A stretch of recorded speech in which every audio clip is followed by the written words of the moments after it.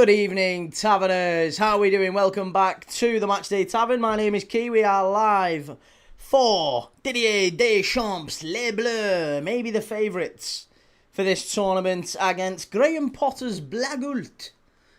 I don't know why I'm saying it in a Swedish accent, but we've got France v Sweden in a very intriguing tie, which, by the way, the voodoo man who said that Harry Kane would not score against Ghana has predicted here that Sweden will knock France out. He has. He's predicted. So, think about that. Before we get stuck into the game, always do want to give a big shout out to our friends, Oxford Natural. Huge shout out to them. If you're watching and you do want to start your health journey, make sure you go and check out the link in the description. You can scan the QR code, which is on screen right now. You can go and see some of the wonderful results that people like Robbie at AFTV, people like Michael Owen, are getting from using Oxford Natural's Optimum Day and Night supplements and the various other wonderful elixirs and supplements and services, and go and check them out. There's a lot of great things on there. They're helping people, they really are, and yeah, great bunch of guys who know their stuff and are undeniably helping people. You can get 70% off your first order and maybe get yourself a lovely before and after picture just like that one there. I'm working on it. There is no magic fix, there is no magic pill, but there is people who can help you, and Oxford Natural definitely can. They've got great services there. Go and check them out. 70% off your first order with code KEY70. Oxford's Optimum Day is about helping you with your cravings, helping you with your energy, keeping you on track throughout the day, and Optimum Night is about helping you rest, reset, focus, sleep properly. Hugely important during this World Cup when you've got an hour and a half napping time in between these big games. So I'm taking advantage of that. You can too. Big shout out to them. Thank you very much. Go and show them some love. And with that said, let's get stuck into today's game.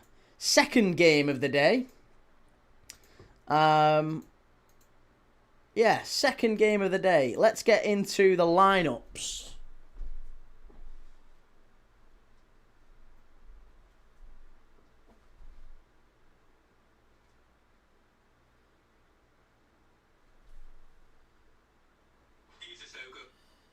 Hang on a second, folks.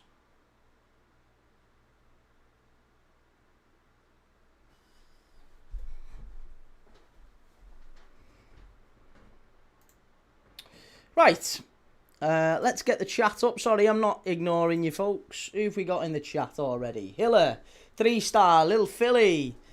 Evening, fellow Taverners and Key. Allez les Bleus! Looking for a great French result tonight, but if Sweden win, it will certainly be a shocker. Can they be the second Scandinavian side through, I wonder? No Danes, no Finns, no Icelandic in this tournament. The Swedes and the Norwegians flying the flag for Scandinavia. I wonder if they're going to be able to go through, just like the Norwegians did.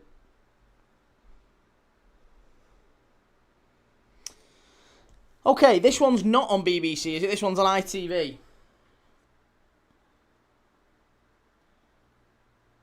Is it? Yeah, ITV, isn't it? It's on ITV. 3-star says Forest have been fined £2 million by UEFA for breaching profit and sustainability rules. Chelsea fined just over that figure, but have 1.7 million of that figure suspended by UEFA. How is that fair? I guess that would depend on how much of a breach it was, I guess, wouldn't it? Would that not make a difference? Maybe that's why Forest got fined what they did and Chelsea maybe fined what they did. There's got to be mitigating factors. Maybe Chelsea's was partly by previous ownership as well. Maybe that was the argument. Like, it wasn't our fault kind of thing. It was previously done by the previous regime and they've informed others. We know Chelsea did that before, right? So it could be something like that. It could be that Forest's breach was much bigger. Could be both. I would guess that would be the fair argument. But then again, UEFA are not always particularly balanced in how they approach these things. So I agree, it could be absolutely ridiculous. Kohar7, yo bro, how's it going? Good to see you, man. How you doing? Everybody saying France win so far in the chat. No real surprise there.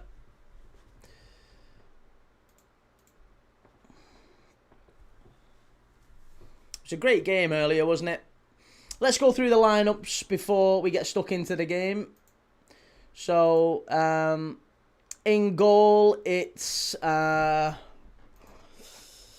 Maignan for France. It's Jules Koundé at right back with Upamecano and Saliba in the middle. Luca Dean starts on the left-hand side. Aurelien Tchouameni and Rabiot sitting in front of that defence. And then it's that dangerous front four minus Doué,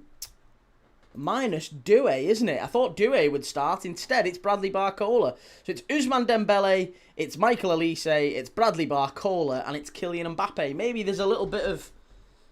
I wonder, do we think that might mean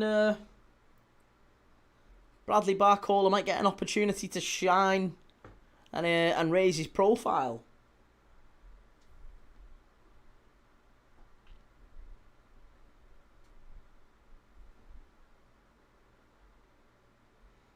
What are we up to?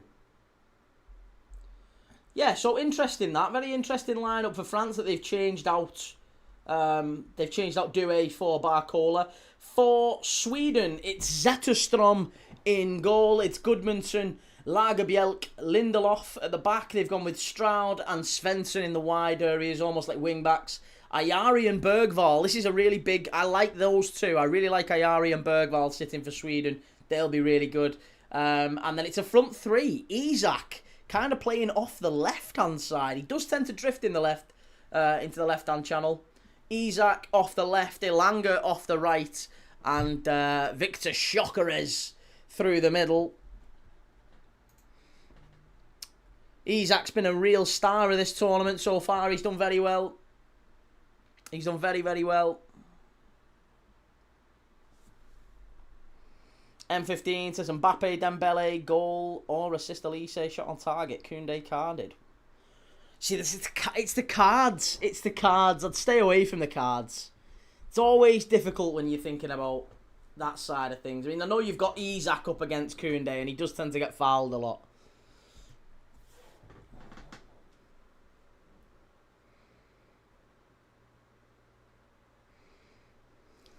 Barcola to become Liverpool's bar Pepsi. Always second choice. I quite like bar Pepsi. Callum says, I watch Barcola all the time. Good player, misses a lot of chances. The thing is, I don't think he's necessarily being signed to... Liverpool need a clinical centre forward, and we need someone who can finish chances.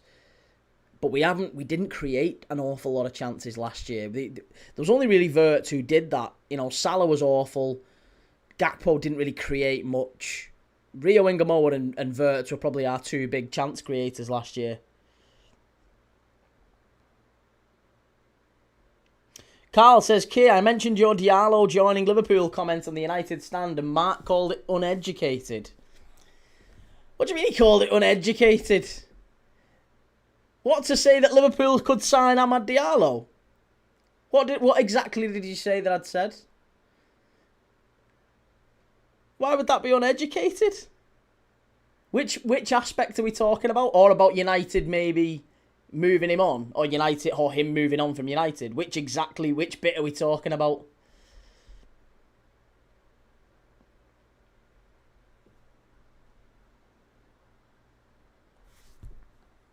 Callum, do you think Barcola will actually go to Liverpool, or will Arsenal have a say? I mean, I think if there was a straight choice between Liverpool or Arsenal for any player at the minute, you're choosing Liverpool. I don't think there's any... Certainly for a wide player, anyway. I mean, I think for attacking players, Mikel Arteta's not a particularly good... I'd be really surprised to hear Arsenal fans argue that point. I don't think any Arsenal fans would argue that point, would they?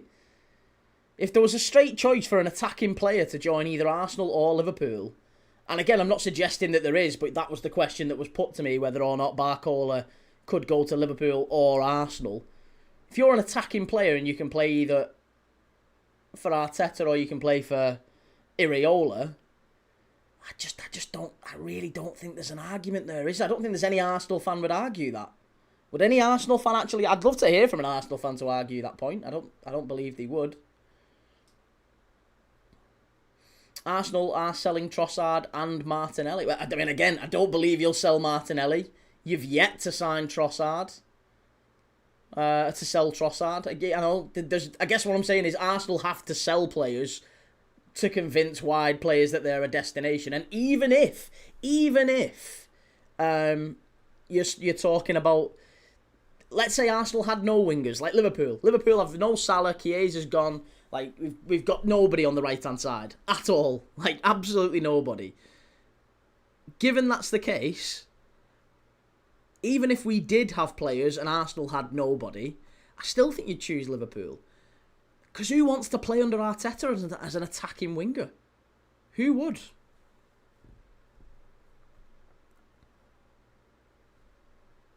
Finners Matty says players have got to think you're going to win more trophies at Liverpool in the next 5 years than you would at Arsenal. Well, again, is that players' main consideration? Is it about trophies? I guess trophies would be a consideration. Surely it's about how often they'll play. Carl says, I said that you would take him to Liverpool for 40 mil, and he's a Liverpool type of player. I agree with you, but he clearly didn't. He got quite irate. I'll have to find the clip. I'll see if I can find the clip. Let me know the video if you can. Drop me a message or something on X or TikTok or wherever you can message me these days. Let me know if you can find the video. I'll have a little look, see what he said.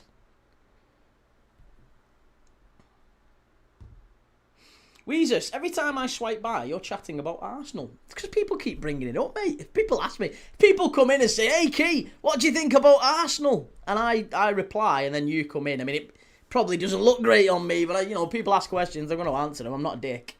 I will answer the question. Noon, how are you doing? I'm good, mate. How are you, more importantly? How are you doing, Ethan? Lewis says Arsenal will be more attacking this season. Yeah, I keep hearing that from everyone, mate. I keep hearing that from everybody. Long ball forward. We are underway here. France v Sweden. Les Bleus v Blågult. Should be a good game, this one.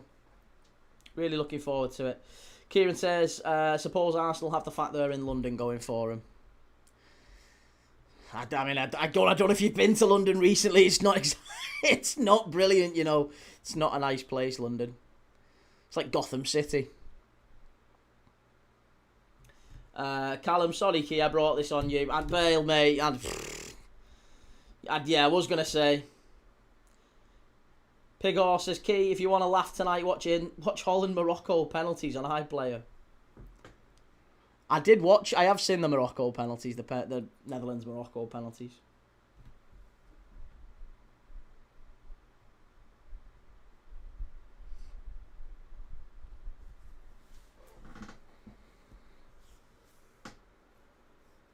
Carl says, Key, quick one before kick-off. Since your first World Cup in '94, pick a top 4-3-3 from all the winners since '94. Alright, let me get my pen.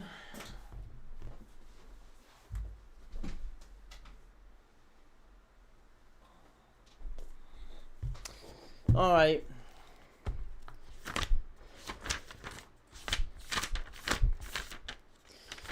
Right, World Cup winners since 1994. Best goalkeeper from all the World Cup winners. I'd probably go Neuer. Yeah. Yeah. Neuer. I'd go Cafu. Would I? Thuram. Yeah, Thuram. Centre-backs. Centre-backs. Best centre-backs. Best centre-backs. If you're doing a...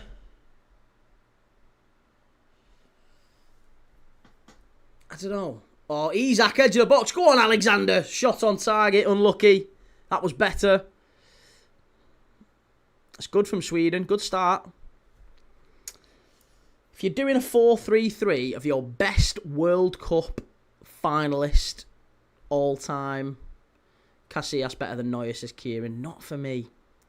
Yeah, really not for me. Who's gone down here? Chouameni. He's had a kick. Monmeister. Hi from Norway. Hello to you, sir. How the devil are you?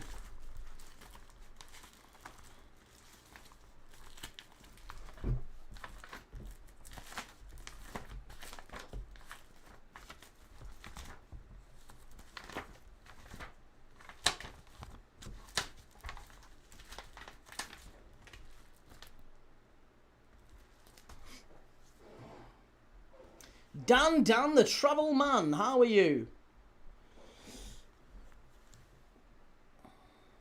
I'm very good, mate, thank you. Dida. No, not Dida. Dida was garbage. Couldn't save anything to his right-hand side.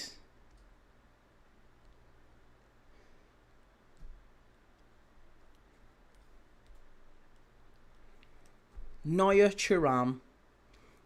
I think I'd go Desai, you know. I think I might have to go Desai. I think I would. Yeah, I'm going to go Desai.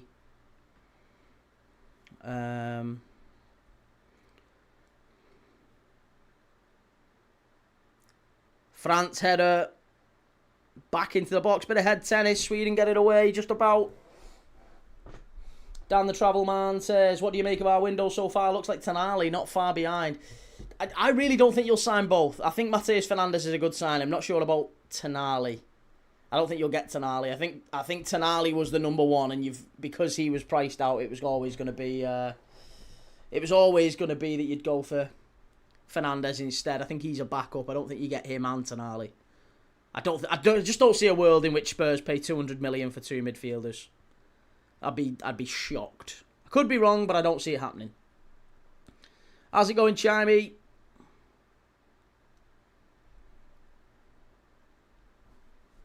Cannavaro. Again, he was good, but no, I don't think Cannavaro makes my all-time World Cup finalist or World Cup winner. I like Lucio, you know. Lucio in 2002. He was good. Lucio was brilliant, you know. Lucio might well be my favourite Brazilian centre-back of all time. Yeah, I really liked him. It could be Thuram, Desai and Lucio.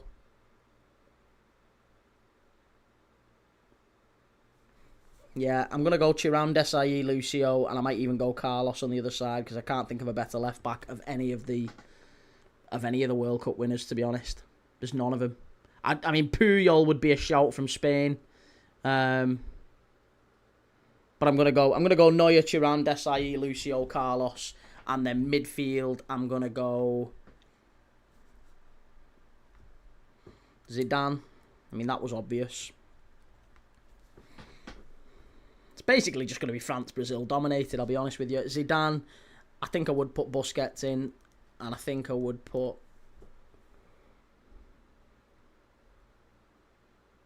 Do you know what I'm going to do? I'm going to go Zidane, Busquets, Rivaldo. Shoot me. Don't care. And then I'm going to go Messi, Ronaldinho, Ronaldo. There you go. There you go. That's my World Cup winners team. Neuer, Thuram, Desai, Lucio, Carlos, Zidane, Busquets, Rivaldo, Messi, Ronaldinho, Ronaldo. Boxed. One Spain player, and it's Busquets. Shoot me. Don't care. Don't care. Mr. Turnables, Lucio's not mentioned often, but he's definitely up for one of the best defenders of all time. I loved him. Loved watching him play. Materazzi, he was a shitbag. No, it's only in my lifetime, Chimey. It's only in my lifetime. Again, you can't shout Pele and Maradona when I never watched them play. Saw clips, but you can't base everything. I can only talk about players I watched play. So this is from 94 onwards, which is the first final I saw. 94 onwards. So from 94 onwards, I've seen every World Cup and every World Cup final, and that's my team. The best team I could make. Neuer, Tonali. So I said Tonali. Neuer, Thuram, Desai, Lucio, Roberto Carlos, Zidane, Busquets, Rivaldo, Messi, Ronaldinho, Ronaldo. There you go. Thought Pelé would have been your time key getting on now. Getting like it. Get on your bike.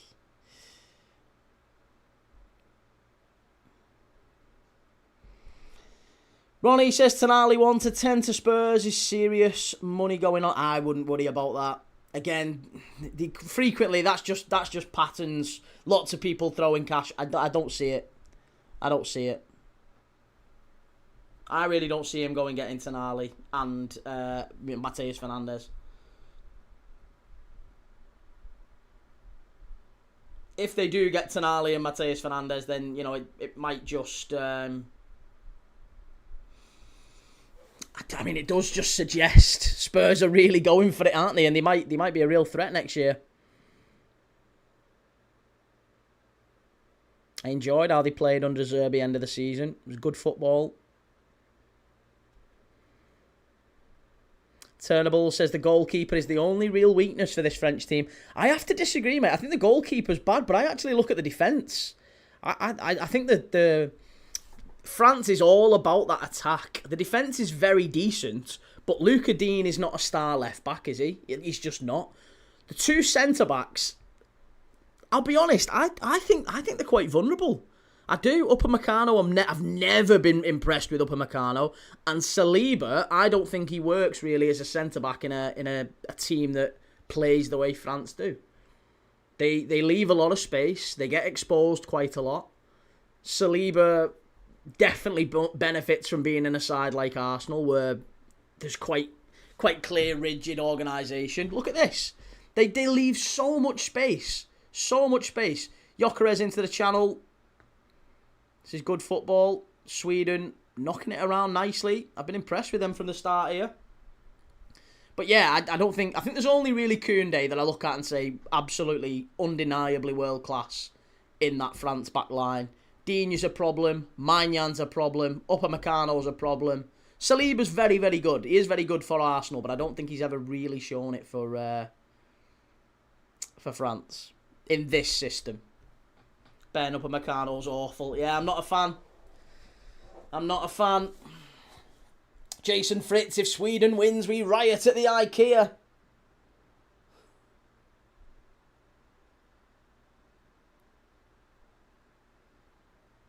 City of Northville, if Spurs buy both, I'm calling the snitch line for FFP snitching. Dial a snitch. 1-800 dial a snitch. Shahid, which channel is showing the Mexico game, Key? Do you know what, mate? I've no idea. I couldn't tell you. I think it'll be this one. Will it be this one? Let me have a look. No, it's BBC. I think. 2 a.m, right? Oh, I don't know. Maybe not. I don't know. Yeah, I've just scanned forward to see which one. Doesn't look like either of them have got it on scheduled at 2 a.m. I wonder where it is being shown. Let's have a look. Let's see if I can find it. Mexico v Ecuador. It is ITV1. Yeah, apparently it's on ITV1, but it's not on the schedule at the minute when I'm looking at it. Ben, I remember watching Upamecano against us when he was at Leipzig. He was absolutely dismal.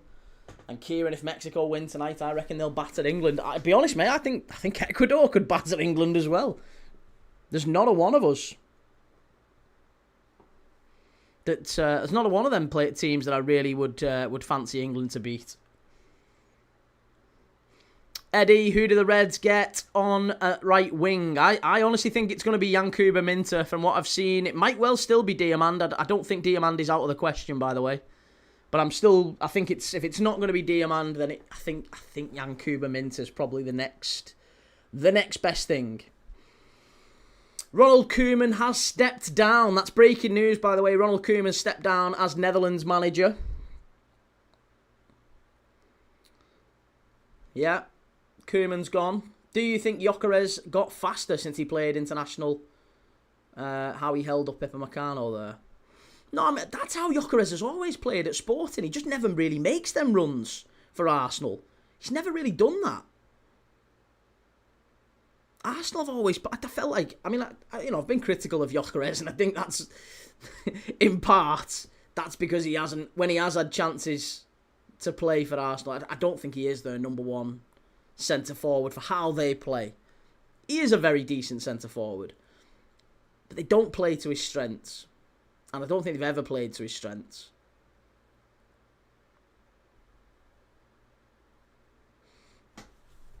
Mr. Turnables, the defenders in the Prem have faster recovery than average. That's why Gyökeres has struggled. The times that he's done well, if you look back at when he's actually played really, really well, it's been when he's made those runs into the channels.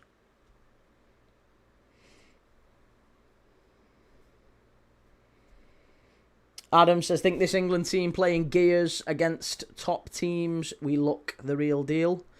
And this charming Dan, I think the main thing Spurs need to focus on this summer is working out why they've been suffering constant injuries over the last few years. I don't think it can all be chalked up to bad luck.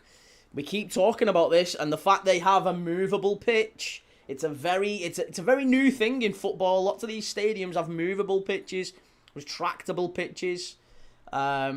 And there is slight movement when players jump and bounce on the soil.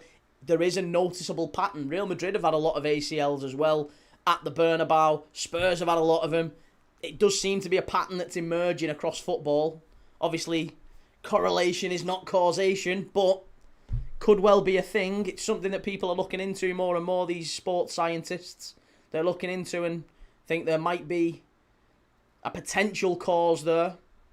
Because they're not actually jumping on proper turf. They're not jumping on earth. They're jumping on quite hollow pitches that are maybe only this deep.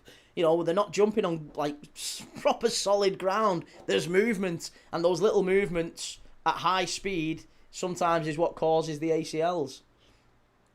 It's like a WWF ring. Yeah, that's it. It is. So when they turn, if you turn sharply on a hollow pitch, I guess, it could mess your knees up. Corner to France. Sweden head it away. Back out to Luca Dean.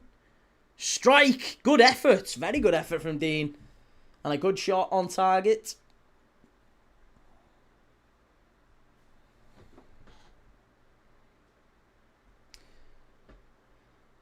Finners Matty, who do you think could be the next Netherlands manager then, Key? Next Netherlands manager? Honestly, I wouldn't look past Ten Hag. I think Ten Hag's a very good shout for next Dutch manager. Keep an eye out for him. I think Arne Slot is far too good for the Dutch job, and I think he's very much suited to club football. He's too good a manager to be managing at international level. It's kind of how I view international managers. International football is like the graveyard, for top club managers.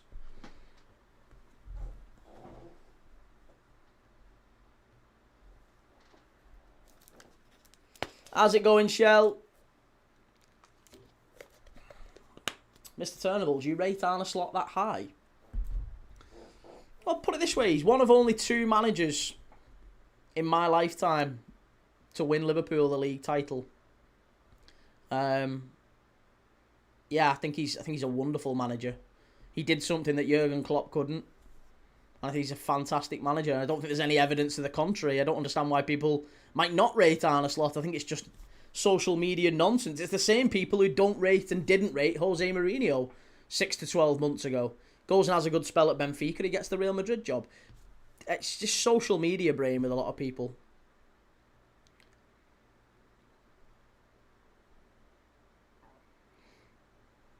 Why isn't Ange already the Aussie manager? Imagine how the supporters would love him. Again, I really like Ange.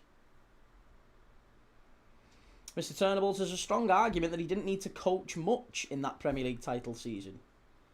Where's the strong argument for that? He did coach. He changed loads. He completely changed the style of play. Completely changed the style of play. Philosophical differences. Allons, on y va. C'est si bon. Allez, France. Let's go, let's go. Come on, France, that means in English. Kieran says, Key, pick your poison. Next Liverpool manager, Koeman or Bielsa? Next Liverpool manager for sure would be Bielsa. If it had to be out of them two, Koeman or Bielsa. Definitely Bielsa. He's a good club manager. He's just garbage at international level. How's it going, Billy? Harry says one poor season doesn't mean Slot isn't a very good manager. Listen, Harry, I'll be honest with you. I mean, I agree with the sentiments you're making there, but I'll be honest. I don't think last season was a poor season for Liverpool. I really don't. And I think this season will prove that. I don't think last season was a poor season. It doesn't constitute a poor season. A poor season would indicate Liverpool underperformed for what they have on the pitch. We didn't. We didn't. That's the bit nobody wanted to say. We didn't. Liverpool played about as well as we had the ability to play. That was kind of our level last year. 5th. That's about as good as we are. Mr. Turnables, Salah was in bright form and the team was still Klopp's for the most part. Yeah, why was Salah in bright form? Salah was in bright form because Arne Slot took all of his defensive abilities, all of his defensive duties away from him. Arne Slot, literally, Mo Salah said this. Strike over the bar, good start for France. Mo Salah said this. Mo Salah broke the all-time Premier League record for goal contributions. I don't think that'll ever be broken again. And he did it because, and he credited Arne Slot, he said it's because the manager took away all my duties going back the other way. So Slot totally platformed him, created a brand new system which just gave Salah all of the ability going forward, and he smashed it. That the manager has to get credit for that. Has to get credit for that. It's crazy to me that the manager doesn't get credit for that. And the team was entirely Klopp's. France are in. Must be 1-0. It is 1. Is it onside? Surely he's off there. Mbappe offside. Yeah, he's miles off. Comfortably off.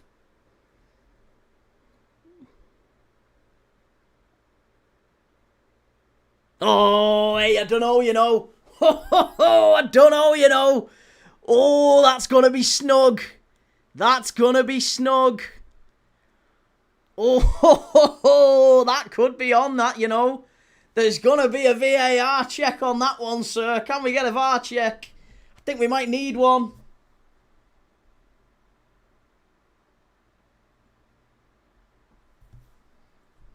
No, he's off.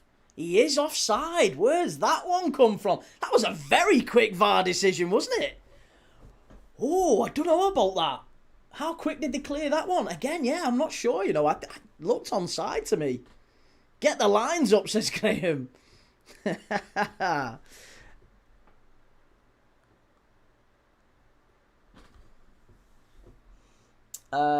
Turnables, don't get me wrong. Premier League winner has to be respected, no doubt. I just feel like he benefited from Klopp's foundation.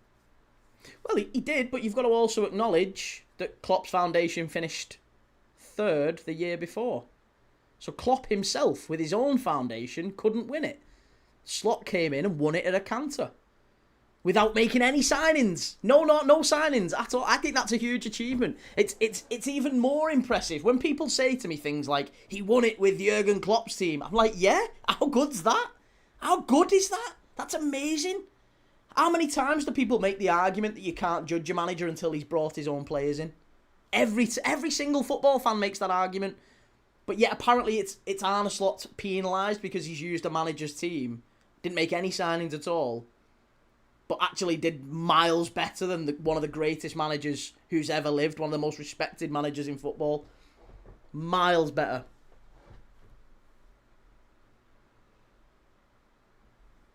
I thought that was on, to be honest. It did look it. Ooh, look at that. No, he is. He is quite comfortably off, according to the old FIFA lines. Good finish from Mbappe. Gave the keeper the eyes. Zetterstrom.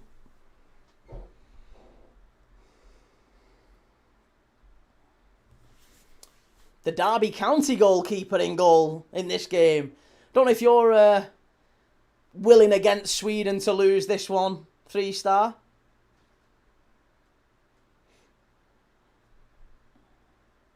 The sun will rise again. Were you surprised Norway won? I was a little bit, yeah. I was a little bit. First hydration break. I did think Ivory Coast would win that game, and I thought they maybe were fair value for a point over the game, but no, Norway took the chances ultimately.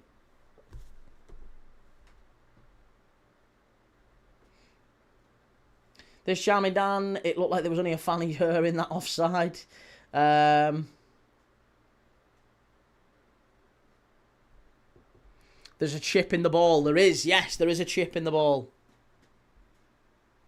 Key, when's the first Merseyside derby? It's at Hill Dickinson, right? Oh, I don't know, actually. When is the first Merseyside derby? Let's have a look. Let's have a little look.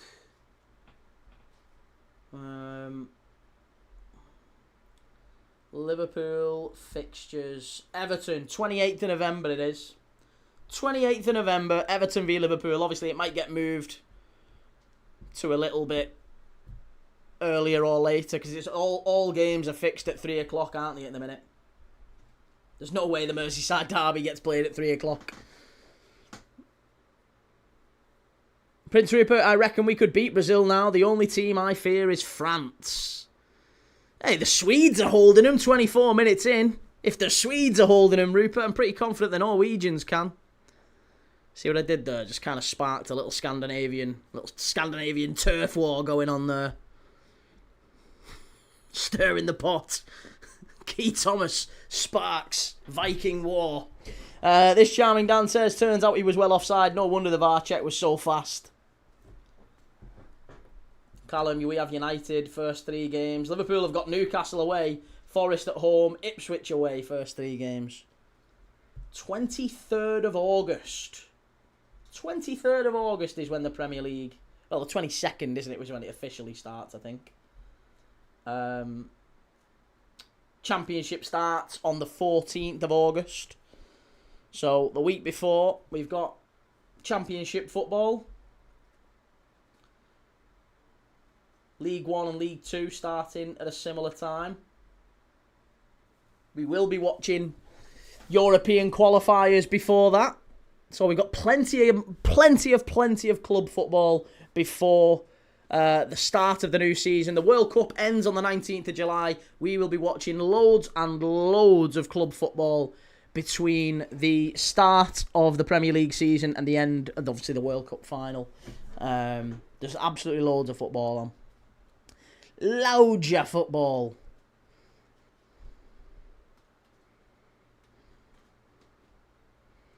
There's quite a few MLS games, to be honest, as well. We could even jump on that. Do a few early morning MLS games.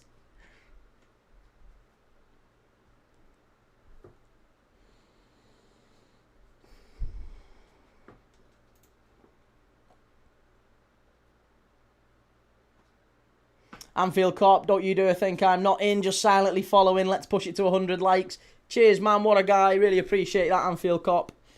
Ben, need a coffee at half-time. Me dying for about 5 hours sleep after watching that Holland-Morocco game. Pete, that's the next excuse for Sam Arteta. There's a chip in the ball.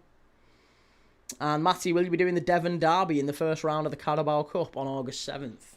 I probably will, you know, maybe. That's not a bad shout. The football never ends. Not on the Tavern, it doesn't. Always a game on at the Tavern.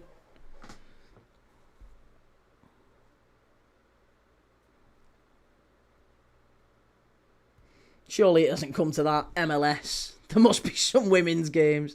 Gary Dorrington, how's it going? How you doing?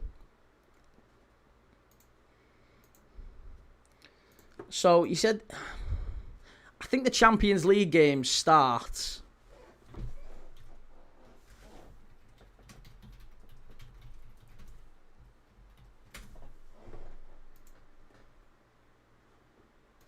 Free kick for Sweden here.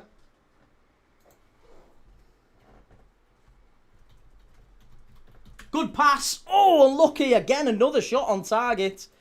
They are causing real chances here now. Good run from Isak. Second shot on target for him.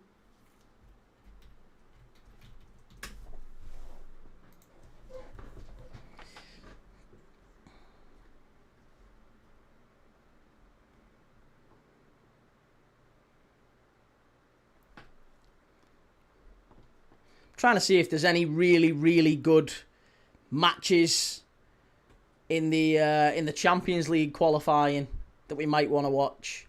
First round of qualifying, second round of qualifying. Some good games. That starts on the 7th, I think, 7th of July.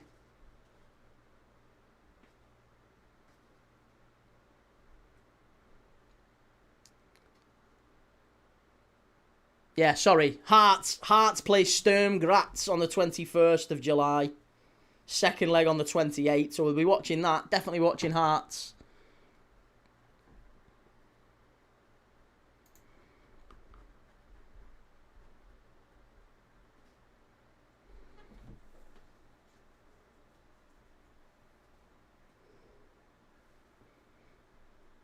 Might even watch Benfica. Benfica on the 23rd as well. Rangers start in the playoff round as well, so we'll watch a bit of that.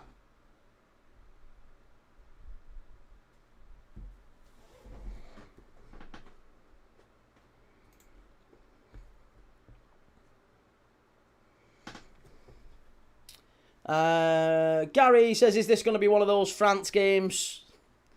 Well, do you know what? 29 minutes in, it's not really had the ebb and flow that I thought it might. I thought we might see a bit of a better approach from France. If anything, Sweden have been... Is that fair to say? I mean, based off what I've seen so far, I would probably argue that Sweden have been the better team. I think Sweden have had more shots on target than France, have they not? Well, they've had about the same. France have had 70% ball possession, Sweden 30%, 2 corners for France. That's just really shown me up, hasn't it, to be fair? Do you know what? The stats don't show the underlying numbers, though. Or the stats are only half and half of what you can... Yeah, I'm trying to wiggle my way out of it here. 70% possession, France. They've both had the same number of shots on target. France have had 2 corners, Sweden none. Yeah, it's looking like I don't know what I'm talking about there. France with a cross in. Good defending from Sweden. I think Sweden have held their own. Let me say that then. I'll rephrase it. I don't say Sweden have been the better team. I think Sweden have held their own. I think they've played all right. They've hurt France in moments. Good strike. Oh, corner to France. Good effort from Rabiot. The knockout games have been way better than the usual one team just trouncing the other. It's been a good start to the knockouts, hasn't it? This charming Dan, Key, are you planning on taking any time off after the World Cup, or are you just going to power through? You know me, mate. Live every day if we've got it. If we've got a game that justifies it, I'm pretty much live every day. I'm really going to start adding more shorts, more videos, especially at the start of the season. I want to do more videos and more shorts. But yeah, lives will always be the main engine of this channel. Darren already dreading that first international break and the season hasn't started. Key, you going to do Liverpool pre-season friendlies? Possibly. Yeah, we might do. We might do some pre-season friendlies. Ben of the Hearts, Rangers, Europa playoffs. Rangers... No, I think Rangers are... Oh, off the line! How's that stayed out? Mbappe! Oh, my goodness gracious me. Unlucky. Very, very unlucky. Good save. Oh, no, it was off the post. It was off the post. Oh, France hit the post. Yeah, it's... no, Hearts are in the Champions League qualifying. They play Sturm Graz.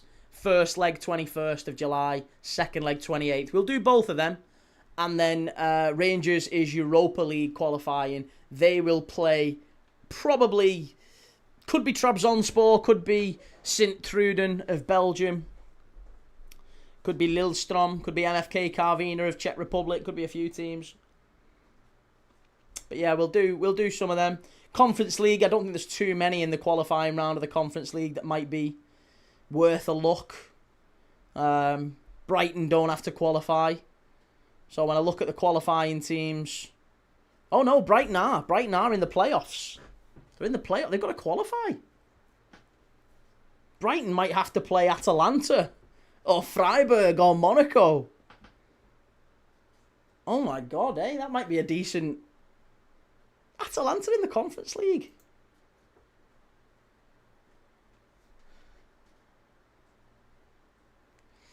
Anfield Cop. I don't want to sound weird, but this channel is becoming more and more therapeutic as days go by. This is freedom of expression at its best. Oh, really, mate, that's really nice. I love that. I love that we get to have a chat and have a natter. Graham, Anfield Cop, no rose-tinted specs on here. Some would argue very aggressively against that. Some would say there's absolutely some rose-tinted specs in here. How's it going, Joe? Good to see you, man. No surprise you're in here for Elanga and Alexander Isak. Elanga's having a good game, isn't he? Elanga's having a really good game. He's flying, Elanga. What a player. Isak's having a dreadful one, though, I think. Are there any France players who are linked with Newcastle? Any French players in that Newcastle side? LFC Ab, can you do any Shelbourne or League of Ireland watch-alongs over the summer? Yeah, let's do it. Let's do it. I'm game for that. In fact, there are quite a few League of Ireland games we could cover. Let's have a look and see what it looks like, actually. We could do a little cheeky League of Ireland in between. Oh, there you go. St. Pat's against Dundalk, Friday night. 8 o'clock kickoff, Friday 24th of July. St. Pat's against Dundalk. We'll do it. Why not? Or Sligo against Drogheda.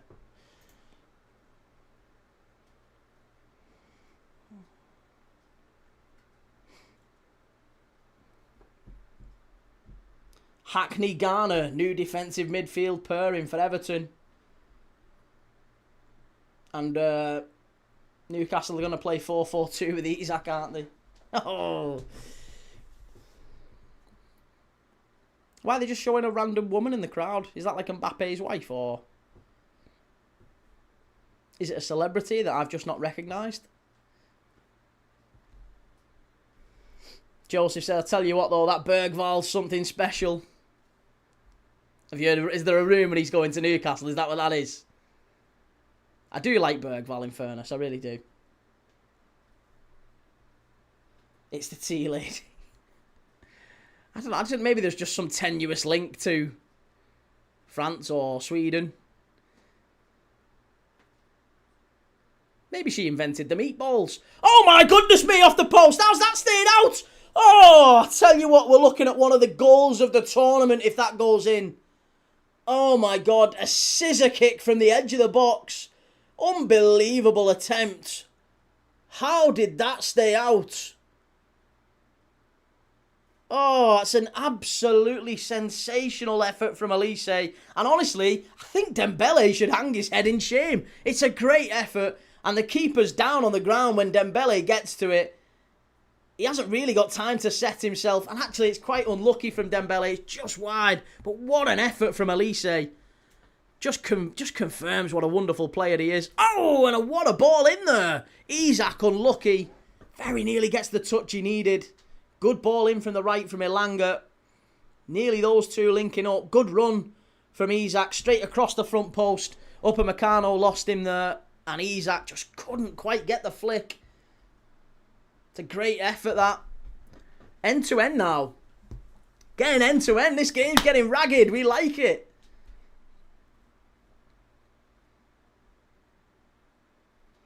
Is Curtis Jones going to Forest, says FPL? No, I can't see it, no. Oh, that might be a yellow. How's he not? Oh, there's a check on this one. Elise has definitely been brought down there. There might be a check on this one. Oh, Lindelof. They're having a bit of a scrap here. Watch this. Lindelof with a heavy touch. No surprises there. No, behave yourself. That's not a red. It's not a red. No. Liam says Melier is going to Arsenal. Is he actually? Ilan Melier is going to Arsenal. For what? What's he doing at Arsenal?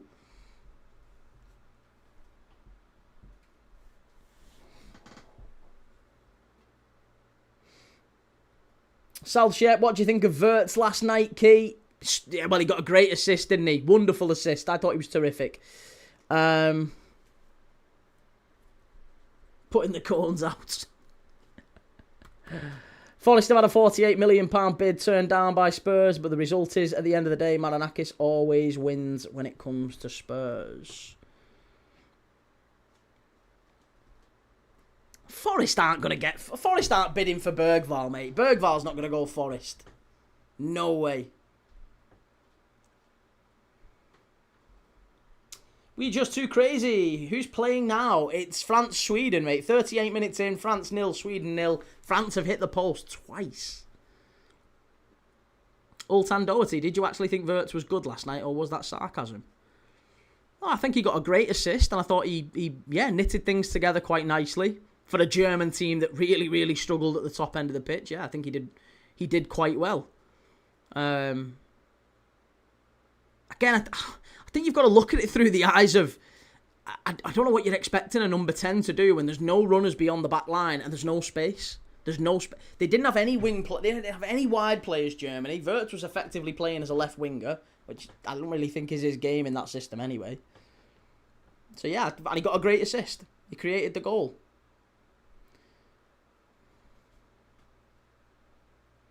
So is Havertz a midfielder or a striker? Oh, he's a striker, but I think he's a striker that doesn't particularly help a number 10. I don't think number 10s love playing with Havertz. I think they would much prefer to play with a Gyökeres or an Isak or a player who runs beyond the back line, gives them something to aim for, you know.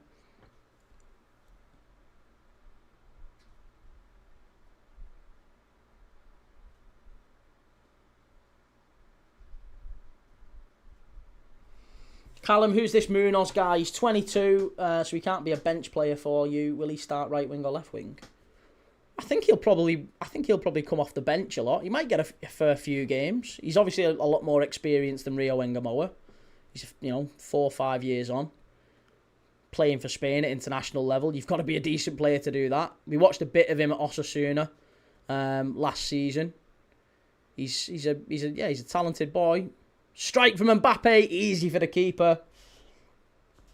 And I think that the thing is, he was... Osasuna, I don't know if you watched Osasuna, but they're a very, very defensive side. They finished just outside the relegation places on goal difference. So they only just stayed up. I think they scored 42 goals in 38 games last season. And Munoz was responsible for about 30%, of their goals in terms of goals and assists. So for one player who's like 21, 22 to contribute about a third of a team's goals, it's pretty good in a defensive team at the bottom end of the table.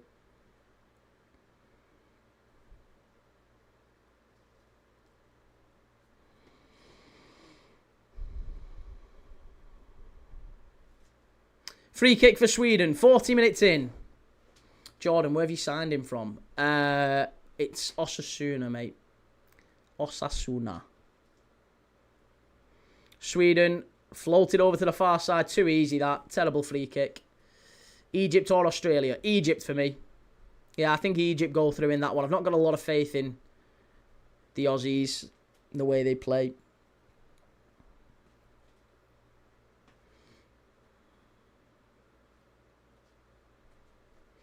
Shahid, do you cook for yourself, Key? And what did you have for today? I just had chicken and rice, mate. Standard, nothing fantastic. Little chicken fillet. Dice it up, chuck it in a pan. Couple of sprays of fry light. Whack some rice in. Bit of paprika, bit of cayenne pepper. Bit of black pepper. Little knob of butter, dash of cream, put some rice in. Chef's kiss. Little like a Cajun chicken and rice. Beautiful. Elise, strike just wide, unlucky. Callum says, Key, if France lose today, will Spain ease to the final? Well, Spain were my pick. I'll stick with Spain. I said Spain were my pick to win it at the start, and I'll stick with Spain. I still think they do.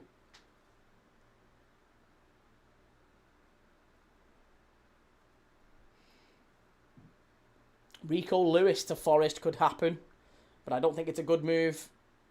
A West Ham would be a good for him. Oh no, I think Rico Lewis is a Premier League player, and I do think he will move on from City. He's not really got the faith of the management there, has he? I'm pretty confident Enzo Maresca will be, to some extent, still guided by Pep. They'll have regular conversations. City will still sort of de facto be managed by Pep, I think. Here's Barcola. Unlucky, good defending, well defended. Turnable says half-time quiz suggestions. Top 20 highest scoring defenders in the Prem. We've done that. Yeah, we did that not too long ago. Colombia look decent, says Gary. Yep, Colombia should be a great watch in a few days' time. Colombia against Ghana. Munoz is quick too. They said he's as fast as Yamal last season. I think, hasn't he got... I'm sure he had like something like the most high-intensity sprints of any player outside Barca and Madrid. I can't remember. I saw some stat like that. I'd be like, basically, he's the quickest player in La Liga outside those two teams.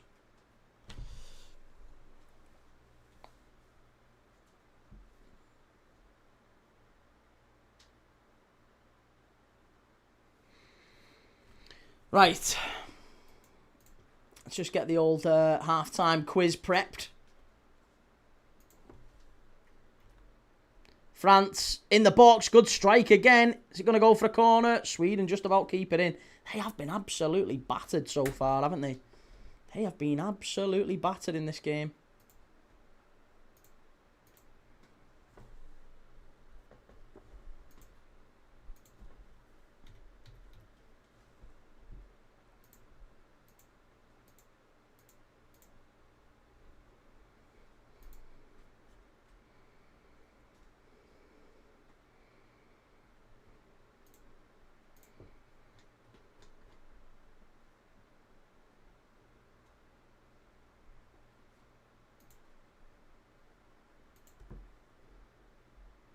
Liam says Leeds are linked with the Japan keeper Suzuki. That'd be a hell of a signing. Good strike. What a save. I tell you what, Zetterstrom's been absolutely on fire tonight.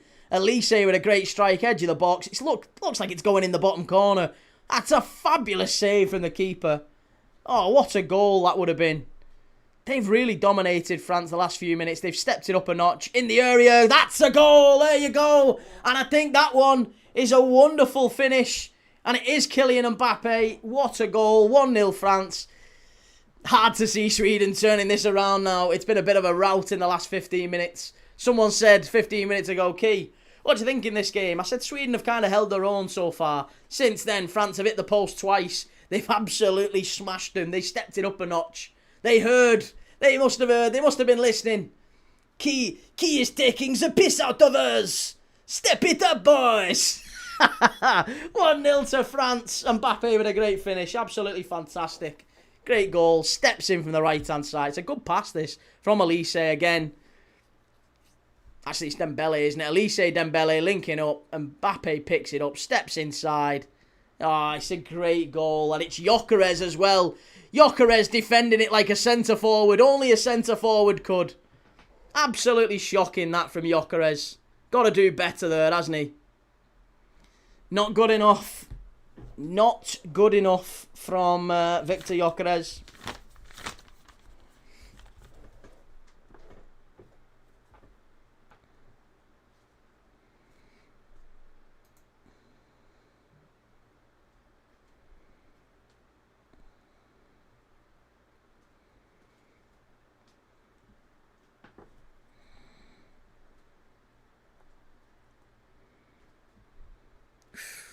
Ooh, unlucky.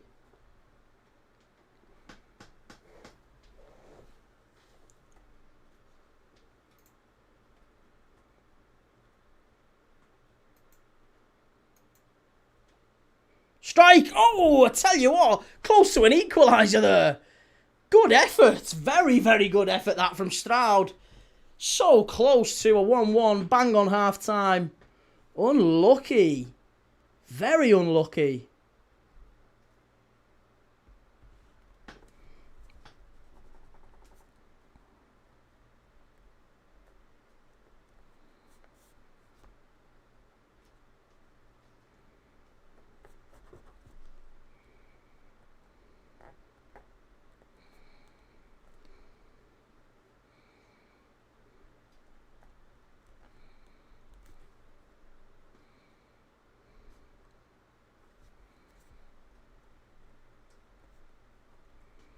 Here's Bergvall pushing forward. This is better from Sweden. They have stepped it up a level, but France just giving it away again. Go on, Bergvall. This is it. France at the back. They are a liability. I still think there's options here for Sweden if they go at him. Good defending from Luca Dean there. Ilanga's got to get at him. He has got... I think he might be offside there. What a pass. Ilanga. Penalty, ref. Penalty. Oh, he's offside. I tell you what. If Ilanga is on there, that's a penalty. That's a penalty. Ilanga got wrong side of Luca Dean there. Yeah, do you know what? Who is it who's offside? It's the first pass there. I think it's Bergvall, is it? Oh, it's a terrible bit of... No, Svensson. Svensson, the right back. Overlapping. Couldn't get himself back on side. Ilanga passes it to him. Poor that. Very poor.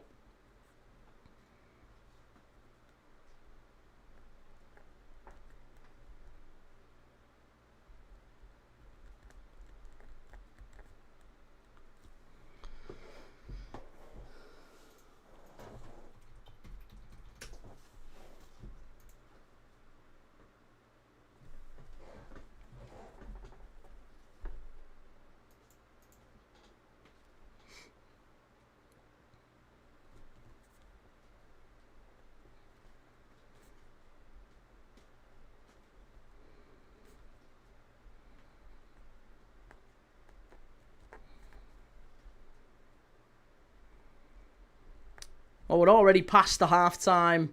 Yeah, that's it. That is half-time. There you go. That's enough. France 1, Sweden 0. What do we make of that one then, folks?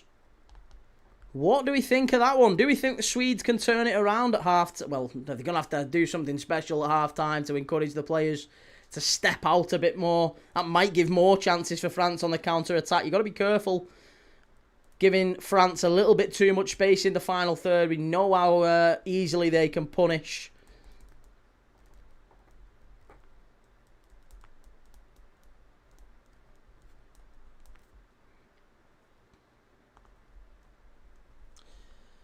Those passes in behind are definitely on for Sweden. And Mr. Turnables, you're actually right about the French defence. That's it. France attack is devastating, but you're right about the defence. They're not invincible.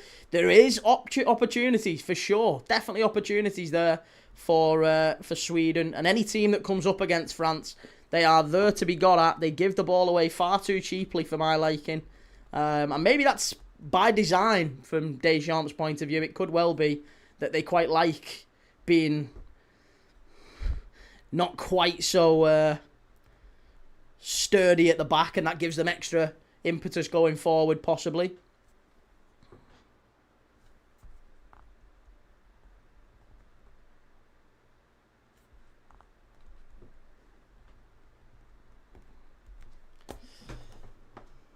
Okay.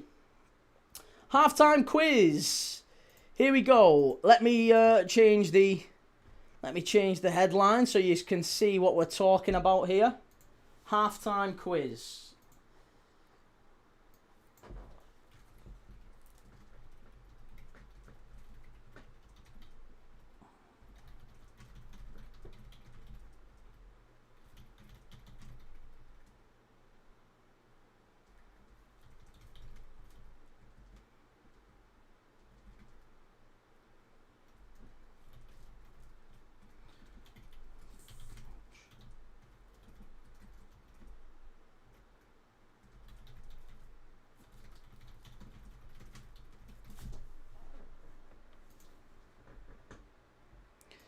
Right, there you go. That is your halftime quiz. The top 20 French Champions League appearance makers, with a little caveat, that never played in the Premier League. 20 French players with the most Champions League appearances that never played in the Premier League. That is your halftime quiz. Get your answers in the chat.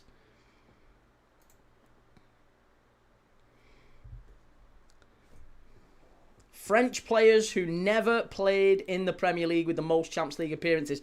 David Trezeguet is correct. He is 18th, believe it or not. There's 18 more than him. 17 more than him. City of Northville says you aren't going to get a complete defence with Mbappe, so just abandon it. Koeman has resigned. Yeah, no, we were just talking about that earlier. Julie, no. Benzema, yes. Benzema is top. Benzema's top.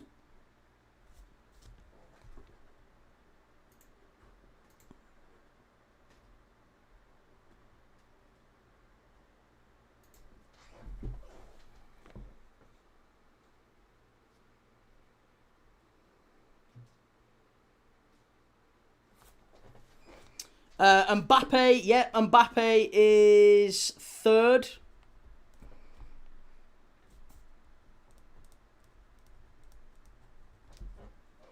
Lilian Thuram, Robert Pires did play in the Premier League, famously for Arsenal. Lilian Thuram is 8th, yes.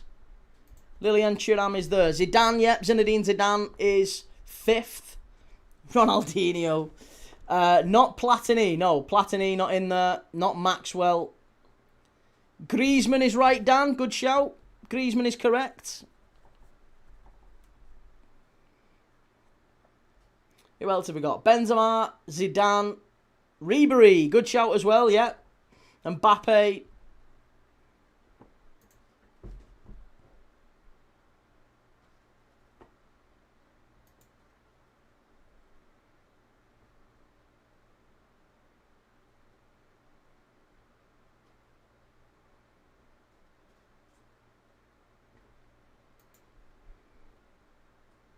Not Tchouaméni, no. Tchouaméni doesn't make the top 20, believe it or not. Not Gourcuff, no. Didier Deschamps did play in the Premier League. He played with Chelsea. Yeah, not Tchouaméni. Dembélé is correct, yeah. Ousmane Dembélé is correct. Lizarazu is correct. Vicente Lizarazu. He was probably one I was thinking about earlier as well before for... You know, my all-time World Cup winners team. I think Vicente Lizarazu would have been a shout. Not Rabiot. Oh, he is, sorry. Rabiot is in there. Rabiot actually has more Champions League appearances than Trezeguet. That surprised me. Desailly did play in the Premier League with Chelsea, Billy. But Lizarazu is there. Trezeguet, Rabiot, Mbappe, Thuram, Dembele, Ribery, Griezmann, Benzema. You've got all them so far. Not Kimpembe. Sidney Govou is correct. Sidney Govou never played in the Prem. Upamecano is correct. Good shout. Guti was Spanish, mate. And a wonderful player he was. Not Barcola. Yeah, not Barcola. Not Sirigu. Messi. Jamie's just having a laugh today. He's being silly. Not Ludovic Julie. No, not Kimpembe. Not Basili Bolly. Coleman is right though, Darren. Yep, Kingsley Coleman is right. Not Mike Magnan. Clement Longley did play in the Prem. He played for Spurs. Not Ben Yedder. Giroud famously played in the Prem. Trackstorm says Coupe. Love that. Yep, Coupe is correct. He's 16th.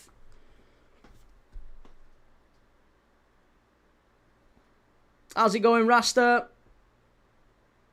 Not Mtiti. Not Mtiti, no. Not Gouffran. Not Thomas Lamar either. And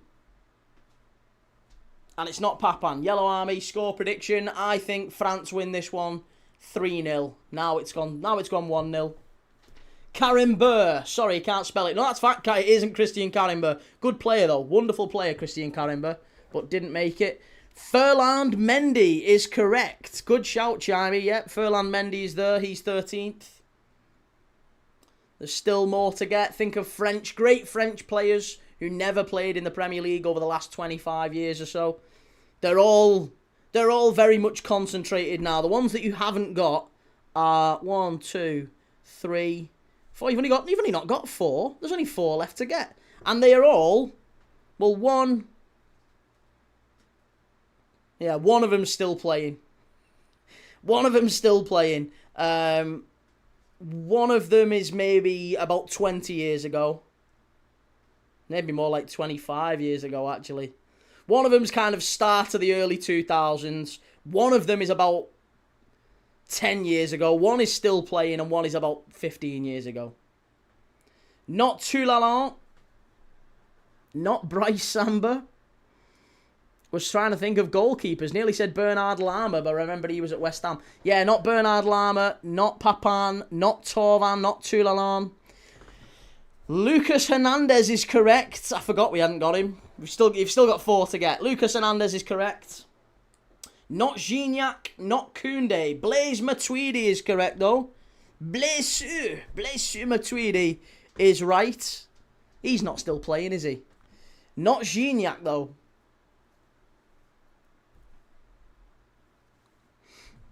Top 20. If you've just joined us on TikTok, we're doing the top 20 French Champions League appearance makers that never played in the Premier League. Crucially, they can't have played in the Premier League. Pavard is right. Good shout. Benjamin Pavard, he's still playing. Good shout, Pepe. Not Mtiti. No. Not Sacco. No, you've only got 2 left to get now, and they have both retired. One of them played for Bayern Munich. One of them played for Barca. That'll give you the clue. That should give you the clue. Not Jordan Veretout. No. Both retired. One played for Barca. One played for Bayern. They're the 2 that you've got left to get. Eric Abidal. Good shout. Eric Abidal's right. Sadly retired due to a heart condition. And 1 left to get. Bayern Munich player. Was a very, very good Bayern Munich player. Bayern Munich defender, crucially. French Bayern Munich defender. That should tell you. You should get that one. Again, another one who possibly, he kind of inherited the Vicente Lizarazu throne. Very, very good fullback.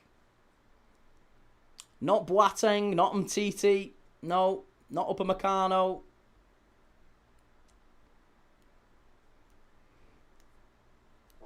Zabina. Jonathan Zabina. No. No.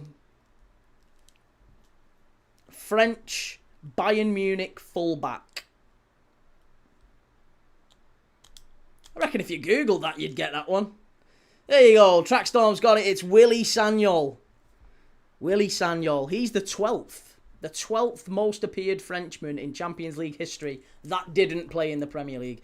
So there you go. That was your halftime quiz. Top 20 Frenchmen with the most Champions League appearances that never played in the Premier League. You've got Pavard, Trezeguet, Rabiot, Gregory Coupé, who for me makes the greatest save I've ever seen in the game against Barcelona at the Nou Camp. I don't know if you've seen it. Go and have a look at it. Coupé save against Barcelona. It's unbelievable. Abidal is next. Then it's Lizarazu, Ferland Mendy, Willy Sagnol, Lucas Hernandez, Blaise Matuidi, Upamecano, Lilian Thuram, Kingsley Coman, Sidney Govou, Dembele, Zidane, Ribéry, Mbappe, Griezmann, Benzema. That is your top 20.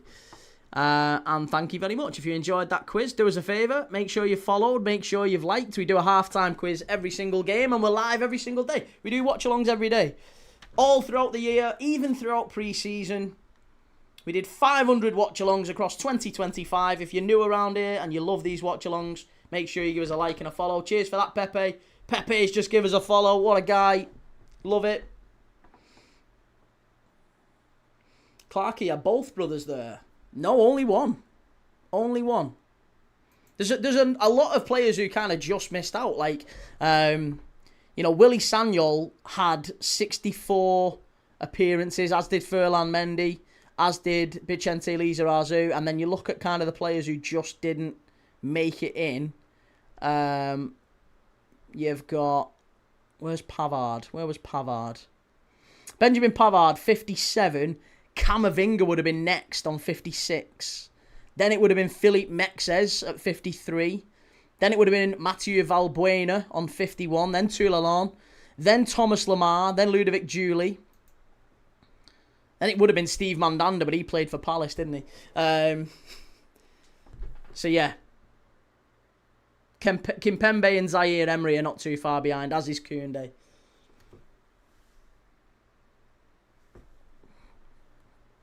Tchouaméni was 42, I believe. Even Coquelin, Francis Coquelin got 39. That you've got to remember the Champions League was a lot more exclusive back in the day as well. You've got to think about that. Like, a lot of the older players maybe, yeah, weren't quite... didn't quite play in the Champions League as often because sometimes it was a lot harder to win. Yeah, Coquelin, Francis Coquelin. Played a lot in it for Arsenal, played a lot in it for Villarreal. Yeah, Coquelin, believe it or not, Coquelin has more Champions League appearances than someone like Theo Hernandez or Ibrahima Konate. Here's one for you. Eliaquim Mangala. Remember him? City legend. Mangala's got more Champions League appearances than William Saliba. He's got more than Christian Karimba. Christian Karimba, World Cup winner. What a midfielder. Mangala's got more than him. Madness.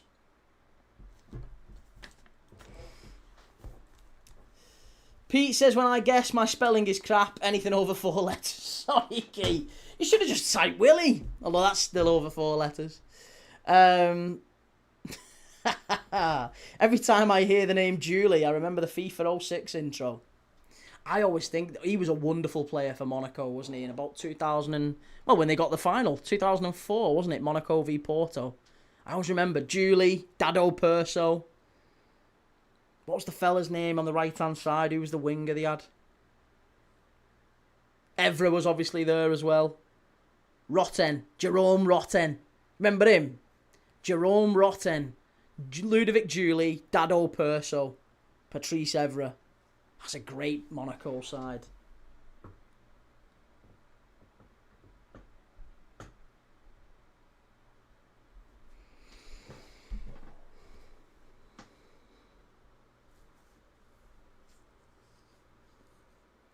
Mangala and Boyata were absolute legends. Clark Eke, could you pick a starting 11 from that team? I couldn't, mate. No, definitely not. Morientes. Yeah, he was on the cover of EA, wasn't he, on that one? Trackstorm says he's a radio pundit now, Rotten. Is he really? Yeah, he takes all sorts. He's a good-looking chap as well. I don't think he had a face for radio, did he? If I remember rightly, I thought he was like a bit of a French Beckham. Jerome Rotten. Let me have a look at him now. I bet he has a face like a smacked arse now I've said that. Must have remembered him fondly. He always had like sweeping blonde hair, didn't he? Like curtains. Looked like him off... Oh no, yeah, he did have a face like a smacked arse, didn't he? Must have got him confused with Mexes. Mexes was better looking than Rotten. He's rotten face. And I've got a face for radio, and I was going to say I've definitely got a face for radio. I used to work on radio, believe it or not. You can probably believe that. FPL, I bet Goldbridge will be doing Wimbledon watch-alongs, the grifter. If he likes them. I quite like it. I don't mind tennis. I follow it loosely, not like watching it all the time.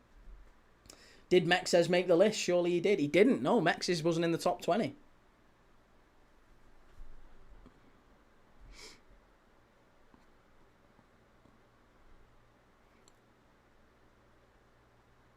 Sweden, knock it long. It's going to be a big ask, isn't it? I know it's only 1-0, but it's a big ask for him to turn this round. It really is. Big ask. France already driving at the heart of Sweden. Dembélé on the right. Back to Koundé, who's a lot further up the pitch. Sweden win it back, but they just immediately give it away. There's no real outball for Sweden. Need to get in a position where they're getting Ayari and Bergvall on the ball a little bit more. Isak and Gyökeres are very high. They're just not really pressing as much. But I can understand that in this heat, and I can understand that's maybe not the approach with France, because they will give you opportunities. The use of the ball, Sweden, is just not good enough when they do get it. They're giving it away far too cheaply. Far too cheaply. Pete, was there a goalie on that list, Key? There was a few, I think. Yeah, Coupe was on there. Was there not any more? There might have been more than that. No, Coupe definitely was. Gregory Coupe was. Barthez, I saw in the list, but he didn't make it because obviously he played for Man United.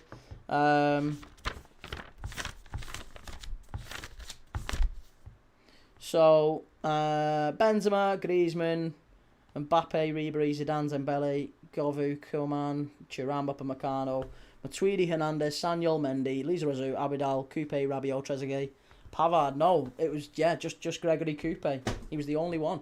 I actually very nearly put Anthony Revailleur in there, but I forgot. Anthony Revailleur obviously had a big career at Lyon. He had a late spell, didn't he, at the end of his career? Dan will probably remember Anthony Revailleur he had a late spell at Sunderland at the back end of his career. He was a fabulous fullback for Lyon. Sweden trying to move the ball quickly upfield. Understandable, but they need to be patient.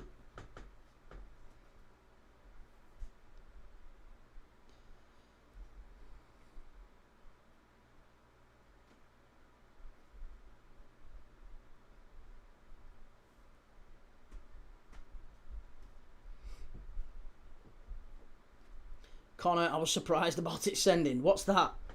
This cunt hated Arsenal. I didn't hate Arsenal. Jesus Christ, Connor, stop being so sensitive. I didn't hate Arsenal.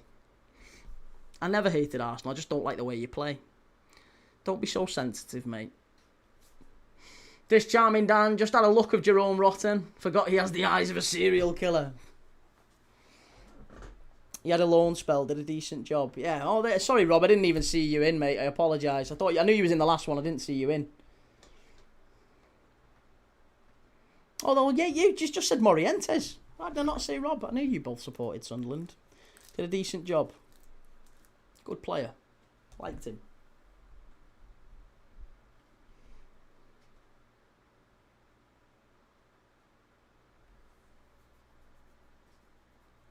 There you go. World Cup 26 goals. Messi 6, Mbappe 5, Haaland 5. Generational golden boot, this one.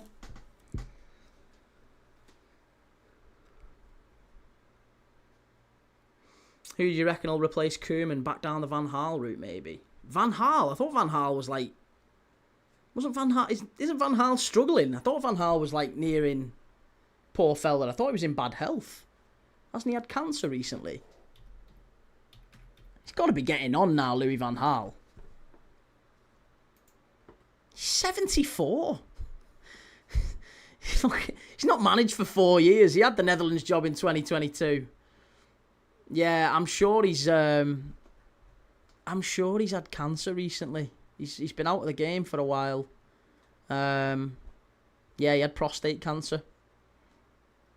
That was back in... Well, it was a few years ago, but and you never know with these things. It takes it out here, doesn't it?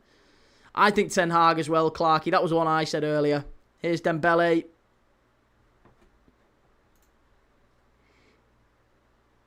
Is Donatello playing up front or on the wing? He's playing up front. Dembele's been pushed to the right. Elise is kind of in the 10 just behind them both. And you've got Barcola off the left. I've seen Big Ange linked to the Scotland job. Don't know who the Dutch could get. Oh, I really hope Everton keep Moyes. I don't want Moyes going getting that Scotland job. Elise couldn't quite find Mbappe there. And Sweden just gave the ball away again. So cheaply. So cheaply. Here's Elise driving forward. Good pass. Must be. It is. It's 2. There you go. It's Bradley Barcola. Simple one that. Again, it's Michael Elise doing all of the work. Driving at the Swedish defence. Lovely little pass inside. France 2, Sweden 0. Game wrapped up. 53 minutes in. Game's done. It's just how many France get now. Good finish from Barcola, but a wonderful bit of play from Elise. It's so difficult, really, to stop Michael Elise when you're also trying to get up the pitch. I could see Sweden getting back into it at 1-0. You can't see him getting back into it at 2. They've just not got any sense of getting the ball out from the back. Look at that. Every time they got the ball, they win it back. France haven't been brilliant with their pass selection in the final third. They've needed a lot of chances like that. Look at Elise, just slots it through the legs. It's a lovely bit of football. Lager Bielka couldn't quite get to it. And Barcola, I mean, you'd expect any footballer worth their salt to finish from there. Do you reckon that resilient Paraguay defence could stop France? No. No. No, I don't think Paraguay have got a hope against France. France have basically already secured, as far as I'm concerned. They've secured their place in the quarters. Ben says, would you say Mbappe or Haaland at the greatest at the minute? Greatest what? I mean, in what sense? Greatest what? Goal scorers? Greatest? I honestly think, if we're talking about a Ballon d'Or winner, if we're talking about a player that can... That's a big question, actually. Do you know what? Who would it be for you, right? If you're watching this, I'd be really intrigued in the chat. Let me know, who would you say? Forget Mbappe versus Haaland, because we can extend this out to Elise, we can extend this out to Kane, we can extend this out to whoever you want, Yamal, whoever you want. If you can only have one player in the world, right? You can pick anyone you want, you can put them in your side. If you support Real Madrid and you're an Mbappe fan, or if you're supporting Bayern, you've got Kane, you've got Elise already. But if you can only pick one player to make a difference for your team, which one player in world football makes the biggest difference to their team? Is it Haaland for the goals that he scores? Is it Elise for the fact that he's a match winner? He creates so much. Is it Mbappe because he tends to turn up in the big moments? He does it when his team needs him. Is it? There's so many. There's a lot. I mean, Dembele's won the Ballon d'Or. He scored a couple of good goals. He had a hat-trick the other night. I mean, we've not even mentioned Dembele yet. He's the current holder of the Ballon d'Or. But which player do you think makes the biggest difference to their team?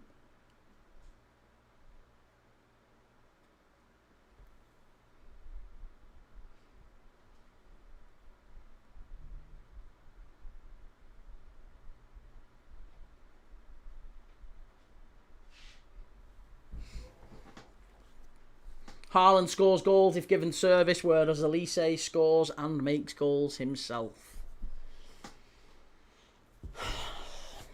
Is there not an argument that Elise is yet to do it on the biggest stage in the biggest games? That's my only question with Elise. I always feel like you can't really take too much seriously until he's doing it week in, week out in a top league, and I just don't think the Bundesliga is that. I think if Bayern Munich don't win the league, it's a real disaster, isn't it? So it's a bit like, yeah, I mean, I feel like if he was doing it Rangers or Celtic, that caveat would be applied.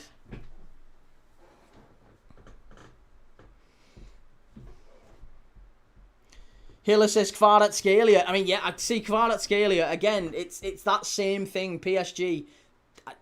Wonderful team, truly wonderful team, and maybe that's why PSG and Bayern have been able to go far, because they've been able to rotate, because when they play through the week, the games aren't as hard as they are in the Premier League. You can't take your foot off the gas in the Premier League, because you're quite easily going to you'll drop points. The best side in the league will drop points against the worst side in the league. That happened multiple times last season. And in seasons gone by. Brady says Cherky or Elise for me. To be honest, hello. Cherky is the best player in the world. I'll always remember when Cherky came on for France against Spain at 5-1 down and single-handedly brought it back to 5-4. Well, I mean, he played a big part in it. I'm not sure about single-handedly. I remember that game as well. We did a watch-along for that one. It was that the Nations League, or was it it was a Nations League game, that one, wasn't it?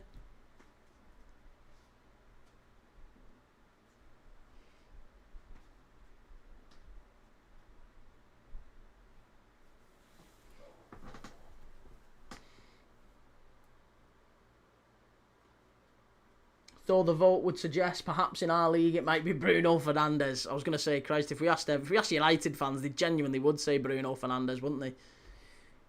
He's got to be in with a shout of Ballon d'Or, hasn't he? Oh, again, that wouldn't be a Man United fan, would it? Man United fan would be far more likely to sound like, well, yeah, Bruno's got to get it, hasn't he? He's got to get it. It's absolutely certainly it's Bruno. Ballon d'Or winner for sure, mate. Good strike, unlucky, straight at the keeper. Mr. Turnables, honestly, I don't rate any of them who don't play in the Prem. They can choose not to start in the league. That's it. I mean, how easy is it for Dembélé to start maybe 15, 20 games a season and turn it on in the Champions League? I think that is a factor that has to be considered. You know, you're not going to play against Brest and Nice in midweek. You're going to play against, you know, Liverpool and Real Madrid. They are the games we're going to save you for. I can understand that. But for that, in my opinion, that's why I think Lamine Yamal. I think Lamine Yamal, if I could only have Lamine Yamal or Michael Olise, I would have Lamine Yamal. And I like Olise, I really do. I just think Yamal's a better player. I think Yamal makes far more in a difficult league where he plays every single week. Oh, Gyökeres has gone down there. I think that's a dive. I hope he's not hurt his face. He will have. Look at him, he's doing that even when he's on the floor. Look at that. He's even holding his face when he's on the floor. What's up with him? Oh, he did get one to the face there, didn't he? He got a little scissor to the face there. I am Crute says, going off what we need at Liverpool, it's either Kvaratskhelia or Vitinha. And Mr. Turnable says if Salah, Saka, Haaland got that luxury, they'd also be rated much higher. Yeah, I think that's fair. That's true.